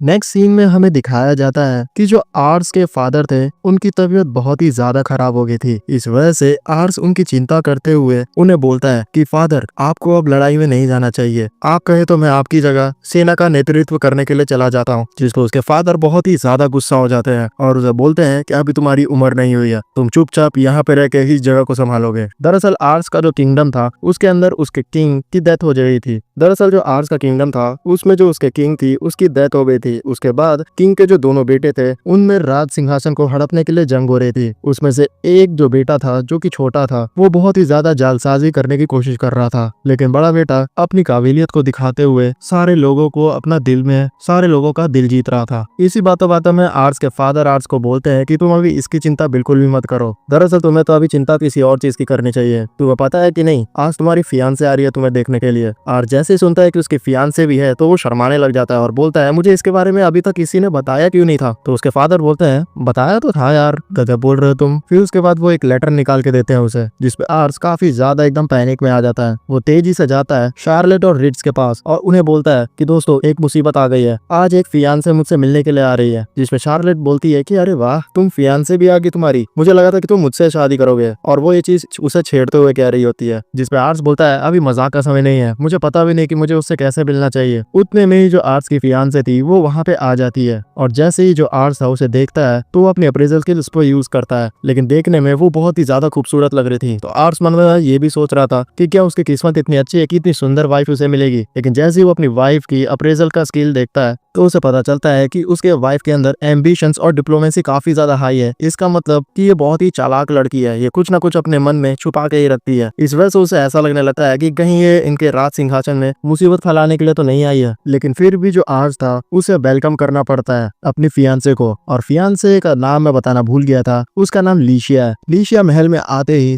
उनसे काफी ज्यादा पोलाइट मैनर में बात करने लग जाती है और उनकी काफी ज्यादा रिस्पेक्ट भी करती है, जिसे देखते हुए आर्स मन में सोचता है कि ये दिल की इतनी ज्यादा अच्छी कैसे हो सकती है। ये तो अच्छा बात है कि मैंने इसकी अप्रेजल स्किल से अंदर की एम्बिशंस को पता कर लिया, वरना मैं भी अभी इसके प्यार में गिर चुका होता। खाना खाते वक्त जो आर्स था लीशिया को बोलता है कि मैं माफी चाहूंगा, मुझे दरअसल आपको अपना डोमेन घुमाना चाहिए था इस समय, लेकिन मौसम खराब होने के कारण मैं अभी ऐसा कर नहीं पाऊंगा। जिसपे लीशिया बोलती है कि आप चिंता न करें, आप ऐसा कर पाएंगे। उसके ऐसे बोलते ही जो मौसम था वो फिर से ठीक हो जाता है, जिससे आर्स काफी ज्यादा आश्चर्यचकित हो जाता है और वो उससे बोलता है कि क्या वो मौसम को पता कर सकती है। जिसपे लीशिया बोलती है कि अरे नहीं, मैंने तो बस आते समय बादल की मूवमेंट्स का पता कर लिया था, इसलिए मैं बता सकती थी कि अभी क्या होने वाला है। इसके बाद आर्स लीशिया को लेके बाहर घूमने के लिए चला जाता है, जहाँ पे जितने भी लोग थे, क्योंकि आर्स शुरू से ही लोगों के बीच में फेमस था, तो लोकल लोग उससे पूछने लगते हैं कि आखिरकार ये लीशिया कौन है। तो आर्स बताता है कि ये लीशिया मेरी फियांसे है, जिसे सुन के सारे लोग और भी ज्यादा खुश हो जाते हैं और लीशिया को भी ये सारी चीजें काफी ज्यादा अच्छी लग रही होती है। उतने में ही मार्केट में दो लोग लड़ रहे होते हैं आपस में और पता चलता है कि ये कुछ सामान के लेन देन की वजह से उनके बीच में बहस चल रही होती है। तो आर्स के मन में ख्याल आता है कि मैं इस जगह का अगला लॉर्ड बनने वाला हूँ, तो मुझे इनका झगड़ा को सुलझाना पड़ेगा, नहीं तो लीशिया मेरे पे बहुत ही ज्यादा हंसेगी मन ही मन कि ये लॉर्ड कैसे बनेगा, और फिर इसके प्लान को ये एग्जीक्यूट कर देगी और इस जगह पे कब्जा कर लेगी। उतने में जो शार्लेट थी वो यहाँ पे आ जाती है और आर्स को बोलती है कि मैं समझ गई, मुझे इनका झगड़ा रुकवाना है ना, मैं तुरंत ही इनके ऊपर मैजिक से हमला करके इनको शांत करवा देती हूँ। उतने में जो लीशिया थी वो शार्लेट को रोक लेती है,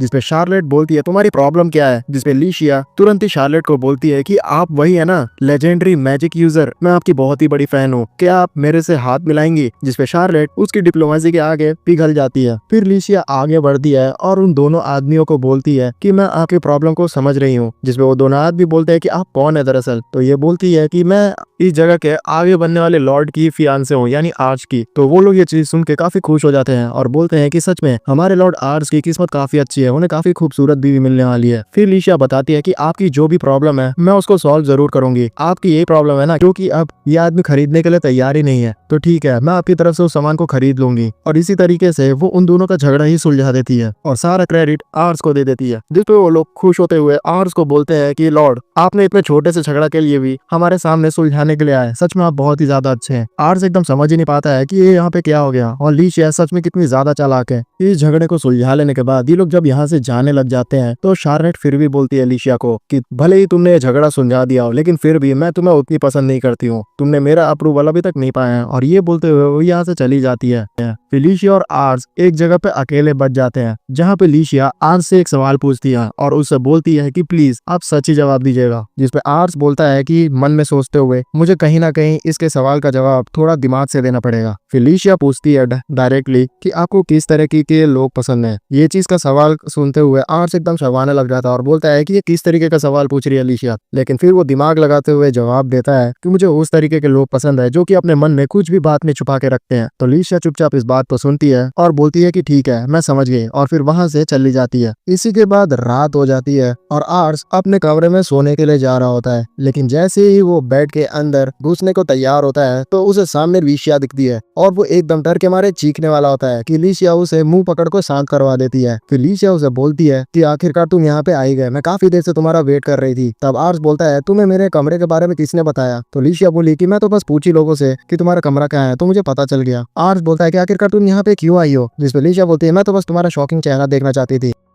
वैसे मैं एक सवाल भी तुमसे पूछना चाहती थी, दरअसल तुम मुझे बिल्कुल भी सेटिस्फैक्शन की नजरों से क्यों नहीं देखते हो। जिसपे आर्स मन में सोचता है कि लगता है लीशिया को पता चल गया है। जिसपे लीशिया बोलती है मैं शुरू से ही नोटिस कर रही हूँ, मैं जितना भी तुमसे ट्राई करूँ तुम्हारा जो जितना शक है वो पूरा का पूरा एकदम और भी ज्यादा बढ़ते जा रहा है मेरे प्रति। आमतौर पर मेरे पास डिप्लोमेसी की ताकत है, मैं काफी इजीली लोगों से बातचीत करके उन्हें अपने लिए मना लेती हूँ, लेकिन तुम्हारे साथ ये चीज काम ही नहीं कर रही है। और क्योंकि तुमने बोला था कि तुम्हें सच बोलने वाले लोग पसंद है इसलिए मैं तुम्हारे सामने ये स्किल बता रही हूँ। जिसपे आर्स मन में सोचता है कि क्या मुझे बता देना चाहिए। फिर वो बोलता है कि दरअसल यहाँ पे ऐसा इसलिए हो रहा था क्योंकि मेरे पास भी एक ऐसी स्किल है जिससे मैं किसी का भी जो एट्रीब्यूट्स है वो देख पाता हूँ, और मैंने उसमें देखा कि तुम्हारे पास डिप्लोमेसी काफी ज्यादा हाई है, तो इसलिए मुझे पता चल गया था कि तुम जो भी चीज कर रही हो उसके पीछे कुछ ना कुछ मकसद ही है और तुम झूठी बोल रही हो। जिसपे लीशिया बोलती है ठीक है मैं समझ गई, दरअसल एक ड्यूक की बेटी होने की वजह से मैं शुरू से ही चाहती थी कि मुझे एक पावरफुल लड़के से ही शादी कराया जाए। जिसपे आर्स भी शर्माने लग जाता है। तो लीशिया उससे बोलते है तुम कुछ बोल क्यों नहीं रहे हो। तो आर्स मन में सोचता है कि ये कुछ गलत भी तो थोड़ी बोल रही है, एक ड्यूक की बेटी हमेशा यही चाहेगी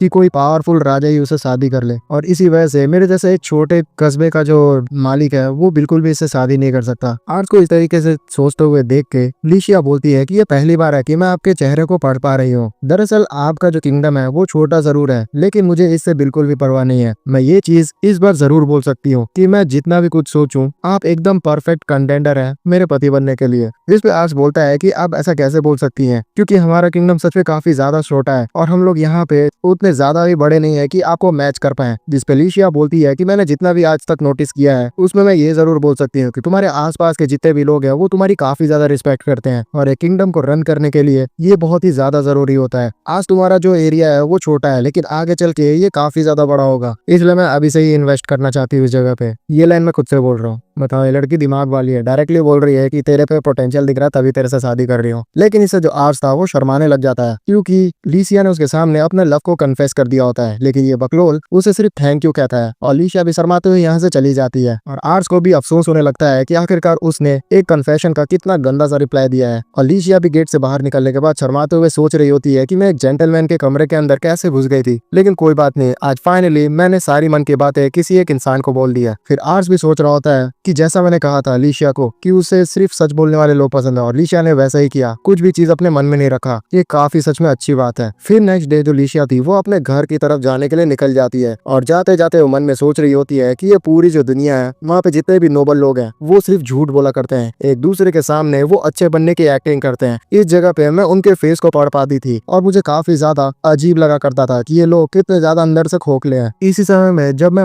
ऐसे ही इस दुनिया को एक्सप्लोर कर रही थी तब मुझे पता चला कि अगर कोई छोटे नोबल खानदान की लड़की किसी बड़े नोबल से शादी कर लेती है तो उसका पूरा डोमेन ही चेंज हो जाता है, लोग उसे रिस्पेक्ट करना शुरू कर देते हैं। इस चीज को देखते ही मैंने इस नोबल की दुनिया को एक्सेप्ट कर लिया और अपनी जो स्किल थी उसको यूज करते हुए ये चीज मान लिया कि मुझे इतने ताकतवर आदमी से शादी करनी है जिसके सामने सारी दुनिया झुकती हो। इसलिए मैं ये बिल्कुल भी सोच के नहीं आई थी एक छोटे से सूबे के आदमी से मैं शादी करूंगी। मैंने स्टार्टिंग से सोच लिया था कि आर्ट से मैं अच्छी दोस्ती जरूर रखूंगी लेकिन उससे शादी नहीं करूंगी। लेकिन मैंने जितना भी ट्राई किया, अपनी स्माइल तक आर्ट्स के ऊपर डाली, लेकिन उसमें कुछ भी जादू काम ही नहीं कर रहा था। उसका शक मेरे पे बढ़ते ही जा रहा था। लेकिन एक चीज मैंने जरूर नोटिस की, मैं जहाँ भी आर्ट्स के साथ जाती थी लोग उसकी रिस्पेक्ट किया करते थे, सारे लोग उसे अपनी फैमिली की तरह ट्रीट किया करते थे। और आर्ट्स दिल का सच में बहुत ही ज्यादा अच्छा आदमी भी है। मैं इतना जरूर कह सकती हूँ कि मैंने जिस आदमी से यहाँ अपना लव कन्फेस किया है वो एकदम इस चीज के लिए वर्दी है और आगे चल के आर्ट्स का जो किंगडम है वो बहुत ही ज्यादा बड़ा होने वाला है। मैं भी चाहती हूँ कि जैसे लोग आर्ट्स को पसंद किया करते हैं तो लोग मुझे भी पसंद करें, इसलिए मैं आर्ट्स की दुनिया में ही रहना चाहती हूँ। और अगर कोई भी आर्ट्स की दुनिया को तबाह करने की कोशिश करेगा तो मैं उसे भी तबाह कर दूंगी। फिर कुछ समय बाद हमें बताया जाता है कि जो आर्ट्स और लीसिया है वो आपस में लेटर एक्सचेंज करना शुरू कर दे होते हैं, जहाँ पे वो आपस में काफी प्यार भरे लव लेटर्स को भेजा करते हैं। फिर हमें एक पास्ट का सीन भी दिखाया जाता है जब लीसिया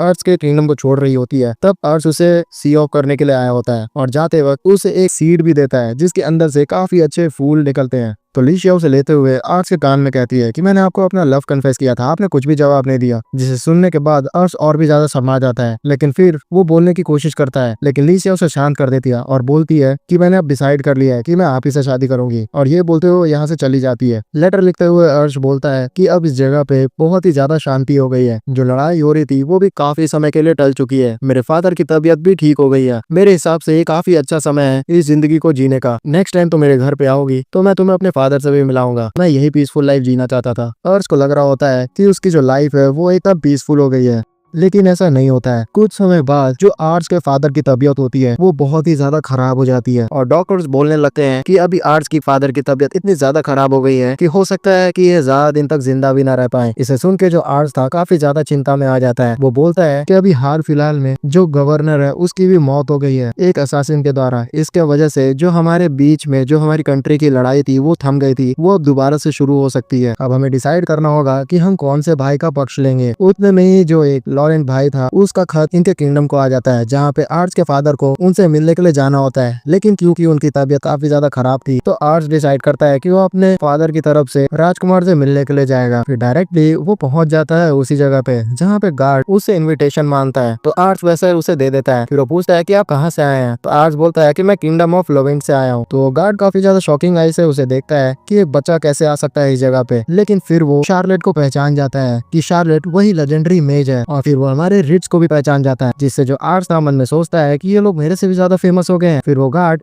इन तीनों को अंदर एंट्री दे देता है। फिर जैसे ही आर्ट्स अंदर घुसता है तो उसे एक लोवेंट का सबऑर्डिनेट मिलता है, जहाँ पे वो डायरेक्टली आर्ट्स को वेलकम करता है और फिर उसके बाद आर्ट्स के फादर की जो स्पीडी रिकवरी है उसके लिए प्रे भी करता है। लेकिन फिर वो शार्लेट और रिट्स को ऑफर भी देता है कि वो किंगडम में शामिल हो जाए, उनकी लाइफ कैसल में काफी ज्यादा अच्छी हो जाएगी। लेकिन शार्लेट और रिट्स उसके मुंह पे ही मना कर देते हैं कि वो उन्होंने कसम खाया हुआ है कि वो जिंदगी भर तक हाउस ऑफ लोवेंट के ही सेवा करेंगे, जिसपे वो बोलता है कि अगर आप लोग इतने ज्यादा लॉयल हैं तो पक्का हाउस लोवेंट काफी ज्यादा ज्यादा अच्छी जगह होगी, आप लोग अंदर चलिए। अंदर जैसे ही आर्स जाता है तो वो देखता है कि काफी अलग अलग जगह के लोग वहाँ मीटिंग के लिए आए हुए हैं और वो अपना इंट्रोडक्शन उस जगह पे देता है, लेकिन कोई भी उसको भाव नहीं देता है, जिसकी वजह से आर्स काफी ज्यादा नर्वस हो जाता है। फिर वो अंदर जाता है और चुपचाप बैठता है, जिसपे एक आदमी उसे टोकता है और बोलता है तुमने काफी ज्यादा अच्छी स्पीच दी है। जिसपे आर्स उन्हें नोटिस करता है और उन्हें बोलता है कि आप तो वही है ना जो बचपन में मेरे साथ बहुत ही ज्यादा खेला करते थे। जिसपे बोलते हैं कि तुम ये कुकीज खाओ और रिलैक्स रहो। लेकिन आर्स फिर नोटिस करता है कि एक दूसरा आदमी काफी ज्यादा गुस्से से उसकी तरफ देख रहा है, जिससे आर्स काफी ज्यादा नर्वस होने लगता है। उतने में ही जो लॉर्ड लॉरेन है वो यहाँ पे आ जाते हैं और वो सारे लोगों को थैंक यू कहते हैं उनके एक बुलाने पे आने के लिए। फिर जैसे ही आर्स उनको अप्रेजल स्किल से स्कैन करता है तो उसे पता चलता है कि हाँ, इनके पास वो सारी क्वालिटीज है जो कि एक राजा के पास होनी चाहिए। फिर वो जो किंग लोमेर थे वो डायरेक्टली इन सभी को बताते हैं कि अब जंग का आगाज होने वाला है, क्योंकि जो गवर्नर है उनकी मौत हो चुकी है। तो आर्स मन में सोचता है कि यही मेरे फादर ने भी प्रेडिक्ट किया था। फिर लोमेर बोलते हैं कि मैं बस आप लोगों को यही बताना चाहता था कि हमें अब जंग के लिए तैयार होना होगा। मैं चाहता हूँ कि आप अपने जितने भी सेना है उन्हें तैयार कर लें। और इतना बोलते हुए वो यहाँ से जाने लग जाते हैं। लेकिन जाते जाते ही वो आर्स को बोलते हैं कि मुझे तुम्हारे फादर के बारे में पता चला, मैं सच में प्रे करूंगा कि उनकी स्पीडी रिकवरी हो जाए। मैं तुमसे काफी ज्यादा हाई होप्स रख रहा हूँ। और ये बोल के वो यहाँ से चले जाते हैं, जिससे हार्ट्स बोलता है मन में कि अब हमें ज्यादा ही कुछ परफॉर्म करके दिखाना होगा, क्योंकि जो लोमेर है वो भी हम पे काफी ज्यादा उम्मीदें रख रहे हैं। उतने में वो जो आदमी आर्स को गुस्से से देख रहा होता है वो उसके पास आ जाता है, जहाँ पे आर्स उनसे पूछता है डरते हुए कि आपको क्या हुआ, आपको कुछ प्रॉब्लम है क्या मेरे से। जिस पे वो आदमी बोलते हैं कि तुमने मेरी बेटी के साथ क्या किया है। जिस पे आर्स को पता चलता है कि ये और कोई नहीं लीशिया के फादर है। जिस पे आर्स बोलता है कि मैंने तो कुछ भी नहीं किया। जिस पे उसके फादर बोलते हैं कि मेरी बेटी को तुम लेटर लिखा करते थे ना, लेकिन अब तुम लेटर के रिस्पॉन्ड क्यों नहीं किया कर रहे हो। जिस पे आर्स को याद आता है कि जब से उसके फादर की तबीयत खराब हुई है तब से वो लीशिया के लेटर्स का रिप्लाई ही नहीं कर रहा है, क्योंकि उसके पास टाइम ही नहीं है और वो काफी ज्यादा टेंशन में भी रह रहा है। और ये बात वो लीशिया के फादर को भी बताता है, जिस पे लीशिया के फादर बोलते हैं कि ऐसा बिल्कुल भी नहीं चलेगा। दरअसल जो मेरी बेटी है वो बिल्कुल भी अपने आप को एक्सप्रेस नहीं किया करती थी, लेकिन तुम्हारी वजह से वो काफी ज्यादा अब बदल चुकी है। उसने सारे लोगों को अच्छे से बोलना भी शुरू कर दिया है और वो अपने आप को एक्सप्रेस भी किया कर रही है। लेकिन अब जब तुम उसको लेटर नहीं लिख रहे हो तो उसे काफी ज्यादा अजीब लग रहा है और उसे इफेक्ट भी हो रहा है। एक फादर के तौर पे मुझे काफी ज्यादा खराब लग रहा है, लेकिन यहाँ पे सारी गलती तुम्हारी भी नहीं है। मैं ज्यादा ध्यान उसके ऊपर दे ही नहीं पाता था और मुझे पता नहीं था कि जो मेरी बेटी है उसके अंदर क्या क्या बीत रहा है। मैं इस चीज के लिए तुमसे भी माफी मांगना चाहूंगा। जिस पे आर्ट्स बोलता है कि नहीं, यहाँ पे आपकी कोई भी गलती नहीं है, मुझे जैसे ही मौका मिलेगा तो मैं जाते ही उन्हें लेटर लिखूंगा। जिस पे वो बोलते हैं कि मुझे लगा ही था कि मेरी बेटे के लिए तुम ही सबसे अच्छे होगे। जिससे आर्ट्स भी शर्माने लग जाता है। फिर जो आर्ट्स था वो घर चला जाता है, जहाँ पे उसके फादर को जैसे ही पता चलता है कि आर्ट्स उन्हें बिना बताए हुए लुमेट से मिलने के लिए चला गया था, तो वो काफी ज्यादा गुस्सा होते हैं और आर्ट्स को बोलते हैं कि तुमने ऐसा क्यों किया। लेकिन ये वो एक्टिंग ही कर रहे होते हैं और बोलते हैं मुझे लगा नहीं था कि तुम इतने ज्यादा समझदार हो गए होगे, तुमने काफी ज्यादा अच्छा काम किया है। जिससे आर्ट्स को काफी ज्यादा अच्छा लगता है। फिर वो जाता है और लीशिया को लेटर लिखता है और उससे माफी मांगता है इतने समय तक कुछ भी रिप्लाई नहीं करने के लिए। फिर इस लेटर को लिखते हुए आर्ट्स को याद आता है कि उसने वादा किया है लीशिया के फादर को कि वो लीशिया को खुश रखेगा, इसलिए उसे इस जंग को जीतना पड़ेगा, क्योंकि लीशिया काफी ज्यादा घबरा गई होगी इस लड़ाई के बारे में जानकर। फिर नेक्स्ट सीन में हम लोग आर्ट्स को रिट्स के साथ ट्रेनिंग करते हुए देखते हैं, जहाँ पे रिट्स उन्हें बहुत ही ज्यादा मार रहा होता है, जिससे वो माफी भी मांगता है। लेकिन आर्ट्स उसे माफी मांगने के लिए मना करता है और बोलता है कि मुझे ताकतवर बनना ही होगा अगर मैं इस लड़ाई में जाना चाहता हूँ। तो फिर आर्ट्स मन में सोचता है कि जितने भी हमारे सोल्जर्स हैं इतने समय की ट्रेनिंग से सबने इम्प्रूव किया है मुझे छोड़कर। दरअसल कुछ समय पहले मॉक बैटल हुई थी, जहाँ पे आर्ट्स अपनी सेना को लीड कर रहा होता है, लेकिन वो इतने ज्यादा बुरी तरीके से फेल होता है कि उसकी पूरा कॉन्फिडेंस ही टूट जाता है। भले ही शार्लेट और रिट्स हमेशा उसके साथ रहेंगे, लेकिन अगर वही ताकतवर नहीं रहेगा तो उसकी जो सेना है उसी का मनोबल टूट जाएगा। और अगर मैं अपने सेना को जिताना चाहता हूँ तो मुझे भी ताकतवर होना पड़ेगा। ये बात वो सोच ही रहा होता है कि उतने में रोजेल आता है और उसे बताता है कि लोमेर ने लोवेन किंगडम को उनके सपोर्ट करने के लिए बुला लिया है, जंग का शुरुआत हो चुका है, तो वहाँ पे लोवेन किंगडम को जाना ही पड़ेगा। जिस पर आर्ट्स उस चीज को सोचता है और बोलता है कि लगता है अब हम इस चीज को अवॉइड नहीं कर सकते, अभी मेरे फादर की तबीयत काफी ज्यादा खराब है, तो वो बिल्कुल भी जंग को लीड नहीं कर पाएंगे, तो मुझे ही उनकी जगह जाना पड़ेगा। ठीक है, मैं इस चीज के लिए तैयार हूँ। वो काफी ज्यादा घबरा रहा होता है, जिस चीज को जो रिट था वो भी नोटिस कर लेता है। तो वो बोलता है कि मास्टर, मैं यहाँ कसम खाता हूँ कि आपका जो प्रेजेंस एक्सपीरियंस है वही हमारे लिए मोटिवेशन के लिए काफी है। मैं आके जितने भी फर्स्ट लड़ाई है उसको बिल्कुल भी नहीं हारने दूंगा। जिसपे आर्स उसको थैंक्स कहता है और फिर वो चला जाता है अपने जितने भी सेना थी उसको अगवाई करने के लिए, और उन सबके सामने खड़े होते हुए बोलता है कि अब हम लोग जाने वाले हैं जंग के लिए और मैं हमारे जो सेना है उसका नेतृत्व करूंगा, क्योंकि मेरे फादर अभी बीमार है तो ये चीज मुझे ही करनी होगी। मैं आप सभी से उम्मीद करता हूँ कि आप मेरा सपोर्ट करेंगे। उतने में ही जो आर्स के फादर थे वो वहाँ पे आ जाते हैं। वो आते ही डायरेक्टली बोलते हैं कि इस जंग में आर्स तुम्हें लीड नहीं करेगा और मैं नहीं चाहता कि आर्स भी इस जंग में जाए। जिससे आर्स बोलता है कि आप ऐसा कैसे कर सकते हैं फादर, आपकी तबीयत काफी ज्यादा खराब है तो मुझे ही आपकी जगह जाना होगा। लेकिन उसके फादर फिर भी मना कर देते हैं। जो रिट्स था वो उसके फादर को मनाने की कोशिश करता है लेकिन वो उसे डायरेक्टली मुंह पे ही मना कर देते हैं और बोलते हैं कि जिस चीज से दूर रहने। फिर आर्स समझाने की कोशिश करता है अपने फादर को कि वो उस पर भरोसा कर सकते हैं। जिस पे उसके फादर बोलते हैं प्रॉब्लम ये नहीं है कि तुम काबिल नहीं हो, लेकिन प्रॉब्लम ये है कि तुम्हारा अभी जो चेहरा है वो वॉरियर का नहीं हुआ है। जिसपे आर्ट्स को कुछ समझ में नहीं आता है तो उसके फादर बोलते हैं ठीक है मुझे तुम्हें समझाना ही होगा। फिर अपने कुछ वो सिपाहियों को बोलते हैं कि उस आदमी को यहाँ पे लेके आ जाओ। तो उसके सिपाही वैसा ही करते हैं और वो एक बहुत ही ज्यादा खतरनाक क्रिमिनल को यहाँ लेके आ जाते हैं जिन्हें इन्होंने बंदी बनाया था। आर्ट्स के फादर आर्ट्स के सामने इस क्रिमिनल को मारने वाले होते हैं। इस क्रिमिनल का नाम होता है बारामोरा। इसने लोगों को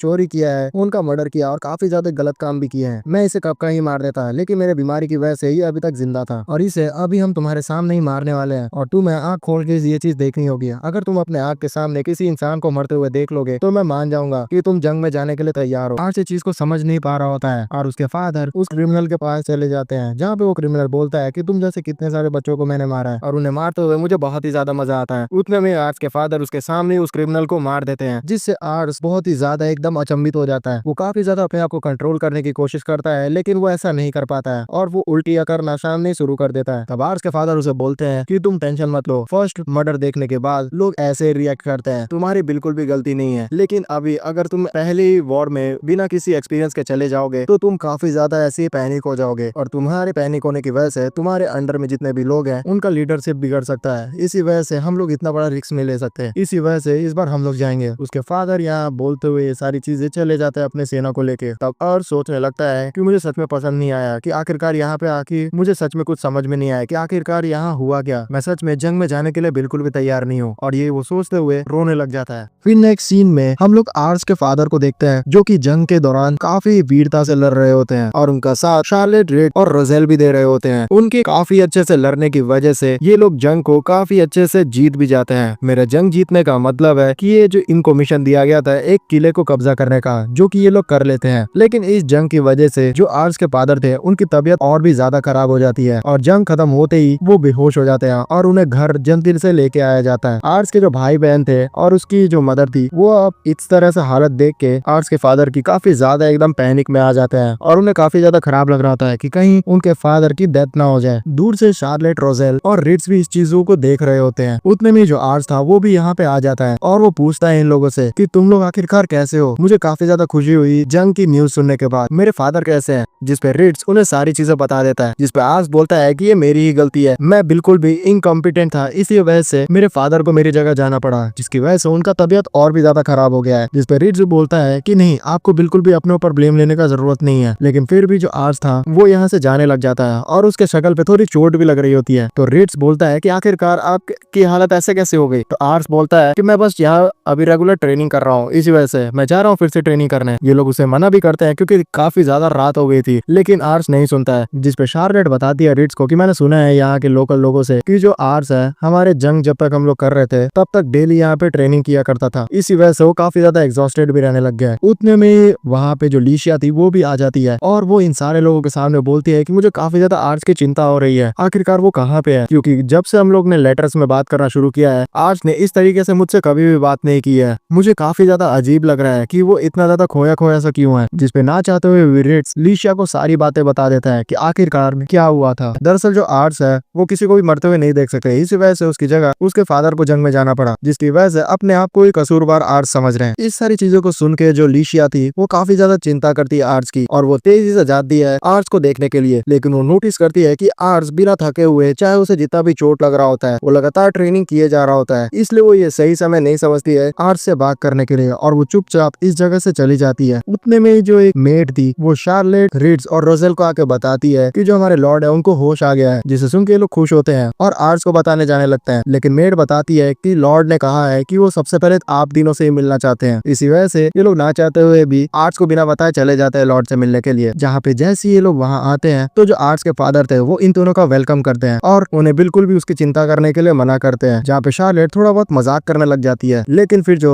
आर्ट्स के फादर थे वो सीरियस होते हुए बोलते हैं, मैं जानना चाहता हूँ कि तुम्हारा जो जिंदगी था हाउस लोवेंट में वो कैसा बीता है। जिसपे ये तीनों बताते हैं कि हमारी जिंदगी इससे पहले बिल्कुल भी अच्छी नहीं थी, लेकिन जब से हम लोग यहाँ पे आए हैं तब से हम लोग ने बहुत ही ज्यादा अच्छे से जिंदगी जी है। हम लोग कभी भी हाउस लोवेंट के कर्ज को चुकता बिल्कुल भी नहीं कर पाएंगे। जिसपे आर्ट्स के फादर बताते हैं कि दरअसल ये सारी बातें मैं तुम्हें इसलिए बता रहा हूँ क्योंकि कुछ समय में मैं मरने वाला हूँ। जिसपे रिच बोलता है, ऐसा नहीं हो सकता, हम आपको ऐसे ही जाने नहीं देंगे। जिसपे आर्ट्स के फादर बोलते हैं कि मैं अपने शरीर को बहुत ही अच्छे से जानता हूँ, इसलिए इस चीज को बिल्कुल भी नहीं रोका जा सकता। दरअसल मैं तुम तीनों से एक चीज मांगना चाहता हूँ। मैं जानता हूँ कि इस समय में भी मैं बहुत ही ज्यादा मतलबी हो रहा हूँ, लेकिन तुमने जैसा देखा है जो आर्ट्स है वो काफी ज्यादा नाजुक है और दयालु भी है। वो जंग में जाने के लिए बिल्कुल भी अभी तैयार नहीं है। वो लोगों को काफी दया की नजरों से देखा करता है और मुझे आज भी अफसोस हो रहा है कि इतने खराब समय आ गया, लेकिन फिर भी मैंने समय से आर्ट्स को बिल्कुल भी ट्रेनिंग नहीं दी। मेरे को पहले से ही उसे जंग में ले जाते रहना चाहिए था ताकि वो काफी ज्यादा मजबूत हो जाए, लेकिन मैंने ऐसा नहीं किया। ये चीज का अफसोस मुझे खाया जा रहा है। मैं तुम सभी से एक रिक्वेस्ट करना चाहता हूँ। मैं तुम सभी से बस इतना ही चाहता हूँ कि मेरे जाने के बाद तुम लोग कभी भी मेरे बेटे का साथ मत छोड़ना। तुम लोग सच में बहुत ही ज्यादा ताकतवर हो और मेरे बेटे ने काफी अच्छे लोगों को चुना है, लेकिन मैं चाहता हूँ कि मेरे जाने के बाद वो इस राजगद्दी को काफी अच्छे से संभाले। तुम सभी उस चीज में उसकी हेल्प जरूर करना। मैं जानता हूँ कि काफी ज्यादा यंग एज में इतनी बड़ी जिम्मेदारी मैं उसके ऊपर डाल रहा हूँ, लेकिन मैं क्या कर सकता हूँ, इसलिए मैं तुम्हारा सपोर्ट चाहता हूँ इसमें। जिसमें वो तीनों याद करने लगता है कि किस तरीके से आर्ट्स ने उन्हें कितने खराब समय से इस अच्छे समय पे लेके आया है। इसलिए वो कसम खाते हैं कि मौत आने पर भी वो हाउस लोवेंट के आर्ट्स को बिल्कुल भी अकेले नहीं छोड़ेंगे। जिसपे रेवन आर्ट्स के फादर बोलते हैं कि मरने का मत सोचो, आर्ट्स के लिए जियो और उसे काफी अच्छी जिंदगी जीने के लिए प्रेरित करो। फिर ये बात खत्म होने के बाद जो रिट्स था वो रेवन से एक रिक्वेस्ट करता है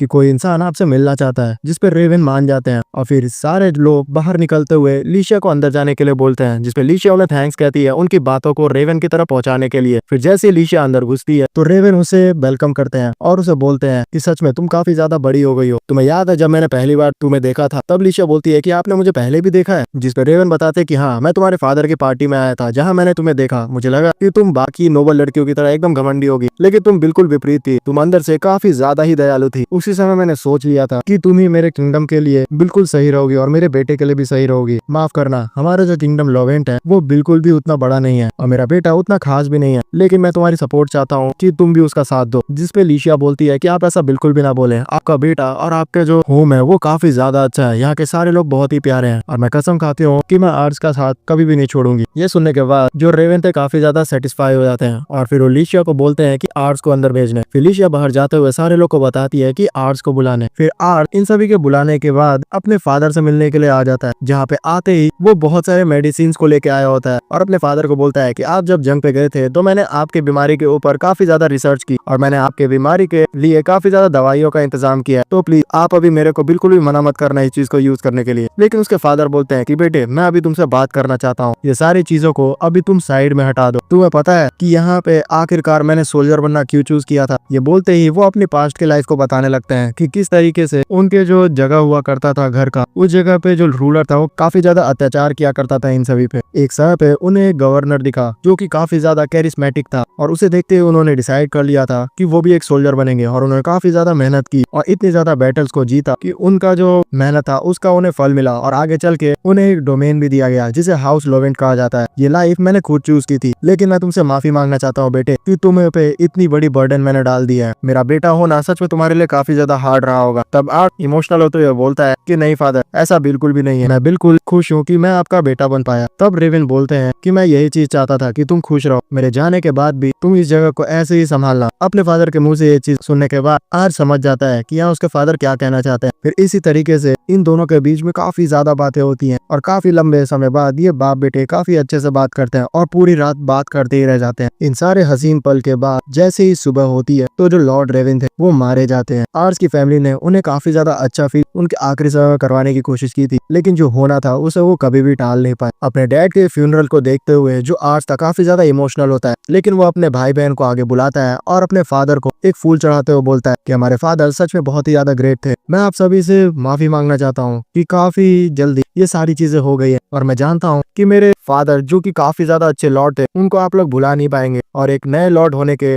कारण आप लोग मुझे भी एक्सेप्ट जल्दी नहीं करेंगे, लेकिन मैं आप लोगों से रिक्वेस्ट करता हूँ कि आप मेरे को सपोर्ट कीजिए। मैं अपने फादर की जो लेगेसी है उसको आगे बढ़ाना चाहता हूँ और मैं आप सभी का इसमें सपोर्ट मांगना चाहता हूँ। मैं इस हाउस लोवेंट को और भी ज्यादा आगे लेके जाना चाहता हूँ। इस चीज को सुन के जितने भी लोग थे वो काफी ज्यादा इमोशनल हो जाते हैं, क्योंकि जो लॉर्ड रेवेन थे उसे काफी ज्यादा लोग जुड़े हुए थे। इन सारी इमोशनल बातों में जो शार्लेट थी वो भी मन में सोचते हुए बोलती है कि फादर, मैं भी आपको बहुत ही ज्यादा मिस करूंगी। जो शार्लेट थी उसने मन ही मन फादर मानना शुरू कर लिया था रेवेन को। जो रोजेल था वो भी यहाँ याद करता है कि किस तरीके से जब वो रात भर पढ़ा करता था तब रेवेन उनकी चिंता किया करते थे और उसे इतनी ज्यादा मेहनत करने के लिए मना किया करते थे। दूसरी तरफ लीशिया भी याद करती है कि किस तरीके से अपने आखिरी समय में रेवेन ने उसे कहा था कि प्लीज हमेशा आर्ट्स की साइड रहना और उसका सपोर्ट करते रहना। मुझे पता है कि मैं सच में यहाँ इस जगह पे बहुत ही ज्यादा गलत फील कर रही हूँ। मुझे काफी ज्यादा अच्छा भी लग रहा है और काफी ज्यादा खराब भी, क्योंकि इस चीज को सुन के कि लॉर्ड रेवेन अब यहाँ पे नहीं है मुझे काफी खराब लग रहा है, लेकिन इस चीज को देख के कि सारे लोग कितना ज्यादा प्यार करते हैं आर्ट्स को, मुझे काफी ज्यादा अच्छा लग रहा है। मैं भी इस फैमिली में ज्वाइन होना चाहती हूँ और मैं कसम खाती हूँ कि मैं आर्ट्स का साथ कभी भी नहीं छोड़ूंगी। ये सारी चीजों को सुन के जो आर्ट्स था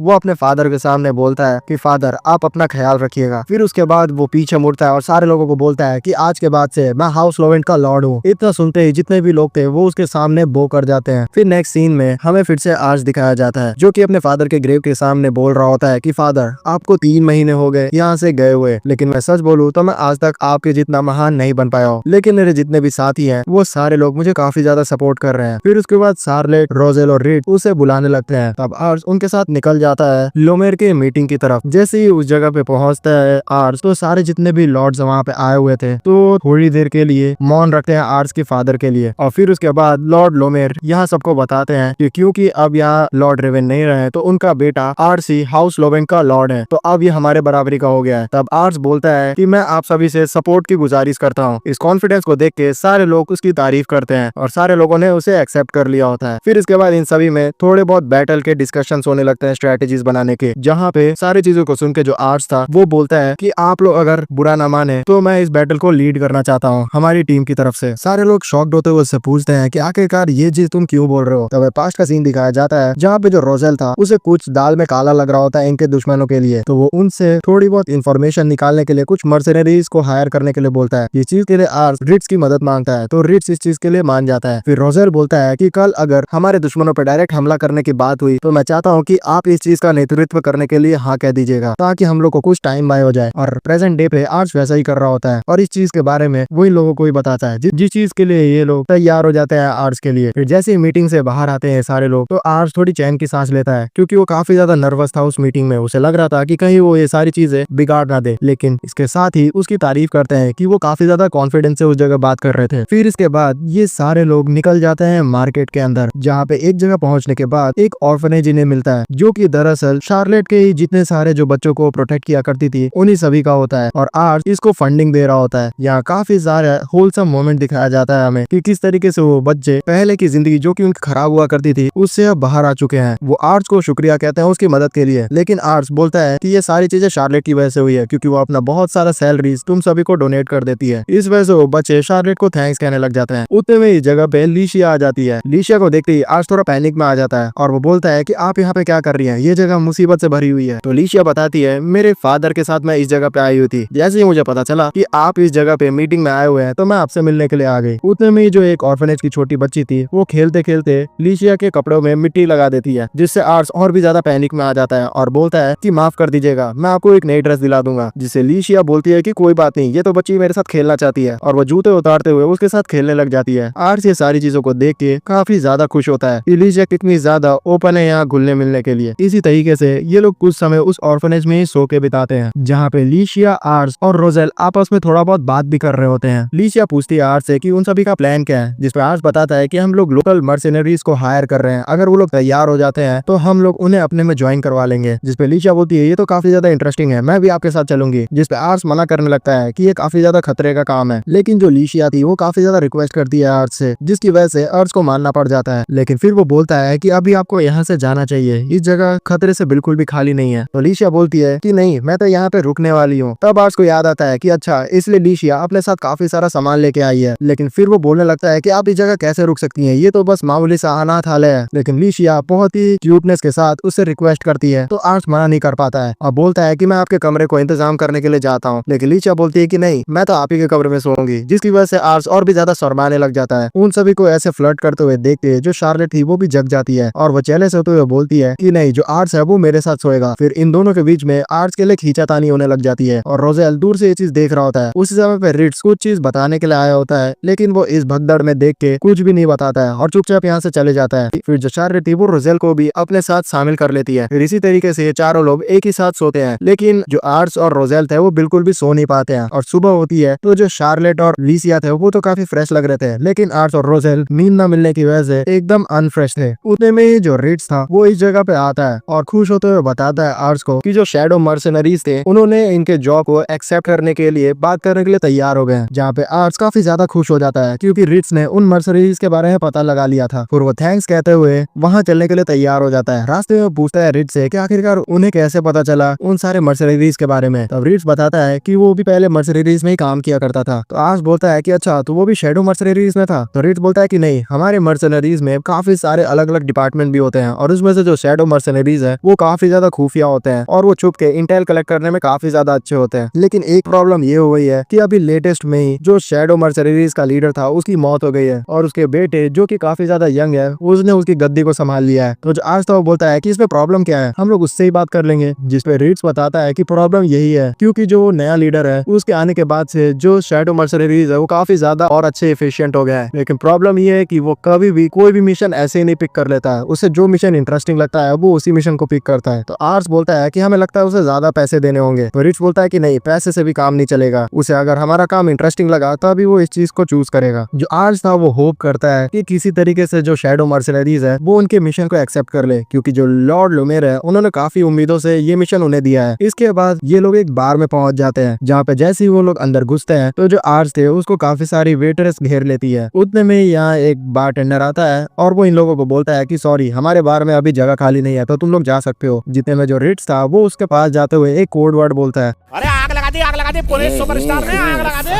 जिसके बाद वो आदमी इन्हें अंदर बैठने के लिए अलाउ कर देता है। जिसे देख के जो आर्ट्स था वो भी थोड़ा शॉक्ड होता है। फिर चुपचाप जैसे ये लोग उस जगह पे बैठते हैं तो आर्ट्स सोचने लगता है कि आखिरकार इसमें से कौन होगा शैडो का लीडर। वो अपने अप्रेजल स्किल का यूज करने लगता है क्योंकि उसे ये चीज पता था कि जो शैडो मर्सनरीज है वो पक्का अपने जितने क्लाइंट्स हैं उनका भी डिटेल्स को इकट्ठा किया करती होगी, तो उनका लीडर कहीं आसपास ही होगा उन्हें ऑब्जर्व करता हुआ। उतने में यहाँ पे एक वेट्रेस आती है इनका ऑर्डर लेने के लिए और जैसे ही जो आर्ट्स था उस वेट्रेस की तरफ देखता है तो वो काफी ज्यादा शॉक्ड हो जाता है और वो घबराते हुए बोलता है कि मुझे वॉशरूम में जाना है और एक ऑर्डर उसे दे देता है। लीसिया भी इस चीज को नोटिस कर लेती है। फिर आर्ट्स जैसे ही वॉशरूम में पहुंचता है तो जो वेट्रेस थी वो उसके पास आते हुए गर्दन पे चाकू रख देती है और उसे अंदर ले जाते हुए बोलती है कि आखिरकार तुम्हें कैसे पता चला कि मैं ही लीडर हूँ। जिसपे अर्ज मन में सोचता है कि मैं सच में काफी ज्यादा शॉक्ड हूँ कि आखिरकार ये जो वेट्रेस है उसके स्टैट्स इतने ज्यादा हाई कैसे हो सकते हैं। साथ ही साथ मुझे ये भी पता चल गया है कि ये वेट्रेस कोई लड़की नहीं 22 साल का लड़का है। तभी आर्ट्स कुछ बोल पाता कि उतने में जो रिट्स था वो भी यहाँ पे आ जाता है और एक चाकू फेंकते हुए शैडो मर्सनरीज के लीडर को दूर करता है। तो वो जैसे ही रिट्स के ऊपर अटैक करता है तो रिट्स उसे काफी इजिली कंट्रोल कर लेता है। जिसपे वो बोलता है कि सच में ये लड़का कमाल का है, मैंने तो इसे देखा ही नहीं कि कब इसने अपने साथी को बुलाया, क्या इसने कोई मैजिक का यूज किया है। जितने में जो लीशिया थी वो वहाँ पे आ जाती है और वो बोलती है कि ये काम मेरा है, तुमने आर्ट्स के ऊपर हमला करके बिल्कुल भी सही नहीं किया और ये जो तुमने जेस्चर किया है इसकी वजह से अब तुम्हें हमारा जो रिक्वेस्ट है वो एक्सेप्ट करना ही होगा। तुम आर्ट्स को इतना कम मत आको। लेकिन दूसरी तरफ जो आर्ट्स था उसका तो फटके चार हो चुका होता है कि आखिरकार यहाँ पे क्या क्या हो गया इतने देर में। जिस पे लीडर बोलता है कि अगर तुम ये चीज मेरे को फोर्स करोगी तो मैं तो ये भी कर सकता हूँ कि आर्ट्स को मार के यहाँ से निकल जाऊंगा, तब मुझे कोई भी फोर्स नहीं कर पाएगा। जिसपे आर्ट्स काफी ज्यादा डर जाता है इस चीज को सुन के। तो लीशिया बोलती है कि तुम ऐसा बिल्कुल भी नहीं कर सकते क्योंकि रिट्स की ताकत को तुमने देख लिया है, वो तुम्हें आराम से इस चीज को करने से रोक लेगा, तो तुम्हें अब हमारा रिक्वेस्ट मानना ही होगा। जिसपे लीडर बोलता है कि नहीं, तुम मुझे इस तरीके से फोर्स तो बिल्कुल भी नहीं कर सकती। जिसपे लीशिया बहुत ही डरावने तरीके से बोलती है कि हाँ मैं कर सकती हूँ, और क्योंकि तुमने यार आर्ट्स के ऊपर हमला करने की कोशिश की है तो मैं इतना तुम्हें बता देती हूँ कि तुम्हारी वजह से अगर आर्ट्स को कुछ भी हुआ तो मैं जिंदगी के अंत तक आ जाऊंगी और तुम्हें खत्म करके रहूंगी। लीशिया को इतने डरावने रूप में देख के आर्ट्स भी काफी ज्यादा डर जाता है। उतने में जो लीडर था वो हंसने लग जाता है और बोलता है कि ये लड़की सच में डरावनी है। फिर वो रिलैक्स होते हुए आर्ट्स से पूछता है कि मुझे तुम बताओ कि आखिरकार तुम्हें कैसे पता चला, मेरी डिस्गाइज तो बिल्कुल भी परफेक्ट थी। जिसपे आर्ट्स बोलता है कि मेरे पास एक अप्रेजल स्किल है जिसकी वजह से मैं लोगों के स्किल्स को देख पाता हूँ। जिसपे वो बोलता है कि नहीं, मैं बिल्कुल भी नहीं मानता, ये तुम बकवास कर रहे हो, अगर जब तक तुम मुझे प्रूफ नहीं दोगे तब तक मैं बिल्कुल भी नहीं मानूंगा। जिसपे आर्ट्स उसके नाम को बताता है जो कि बहुत ही पुराना नाम होता है। जिसपे वो बोलता है कि ये मेरा अब नाम नहीं है। जिसपे आर्ट्स बोलता है कि मैं माफी चाहता हूँ। जिसपे वो बोलता है कि नहीं, तुम गलत नहीं बोल रहे हो, मेरा पहले ये नाम हुआ करता था लेकिन अब मैंने अपना नाम चेंज करके फैम फैम रख दिया है। मैं अब तुम्हारे स्किल से बिल्कुल इंप्रेस हो चुका हूँ, तुम सच कह रहे थे। फिर जो फैम था वो बोलता है कि मैं तुम्हारे जो मिशन है उसको एक्सेप्ट करता हूँ। जिस पर आर्स बोलता है कि तुमने तो अभी तक सुना भी नहीं है कि मेरा मिशन क्या है। जिस पे फैम बोलता है कि मैं लोगों को बहुत ही इजीली पहचान लेता हूँ और उसके साथ में जितने भी लोग हैं उसके बारे में बिल्कुल डिपिक्ट किया करते हैं, और तुम्हारे साथ जो ये मेल्कन है, रिट्स, ये तुम्हारे लिए जान देने के लिए भी तैयार है, और ये जो लड़की है वो तुम्हें बहुत ही ज्यादा एडमायर किया करती है। तो लीशा बोलती है कि हाँ ये तो जरूर है। जिसपे आर्स बोलता है कि तुम्हारा शुक्रिया। फिर फैम बोलता है कि चलो आगे चल के नेगोशिएट करते हैं, और फिर वो यहाँ से निकल जाता है। फिर जो आर्स था वो लीशा से पूछता है कि आखिरकार उसे कैसे पता चला कि यहाँ मैं मुसीबत में होऊंगा। तो लीशा बोलती है कि मैंने उसी समय नोटिस कर लिया था कि तुम्हारा फेस का एक्सप्रेशन बिल्कुल चेंज हो गया है जैसे तुमने वेट्रेस को देखा, तो मैंने ये चीज रिट्स को बता दी, तो वो तुम्हारे पीछे आ गया तुम्हें बचाने के लिए। जिसपे आर्स सोचता है मन में कि ये सारी चीज फैम ने भी नोटिस कर ली थी, मेरा जो फेशियल रिएक्शन है मेरे को किसी दिन फंसा देगा। फिर नेक्स्ट सीन में जो फैम रहता है वो सारी चीजें समझ जाता है कि आखिरकार उन्हें किस तरीके से इन्फॉर्मेशन को कलेक्ट करना है और उन्हें करना क्या है। जिसपे वो बोलता है कि ठीक है, मैं तुम्हारे काम को बहुत ही इजीली खत्म कर दूंगा और इसका पेमेंट मैं 1 गोल्ड कॉइन लूंगा और अभी के लिए 3 सिल्वर कॉइन एडवांस में लूंगा। जिसके लिए जो आर्स था वो तैयार हो जाता है और वो बोलता है कि तुम कब तक ये मिशन कर दोगे। तो फैम बोलता है कि बस 5 दिन, तुम मुझे बस 5 दिन दे दो, मैं ये मिशन तुम्हें कंप्लीट करके दे दूंगा। जिसपे आर्स बोलता है कि 5 दिन तो बहुत ही जल्दी है, तुम सच में ये चीज कर पाओगे ना। जिसपे फैम बोलता है कि तुम बिल्कुल भी चिंता मत करो, तुम खुद ही पहचान जाओगे, इतना टाइम मेरे लिए बहुत है।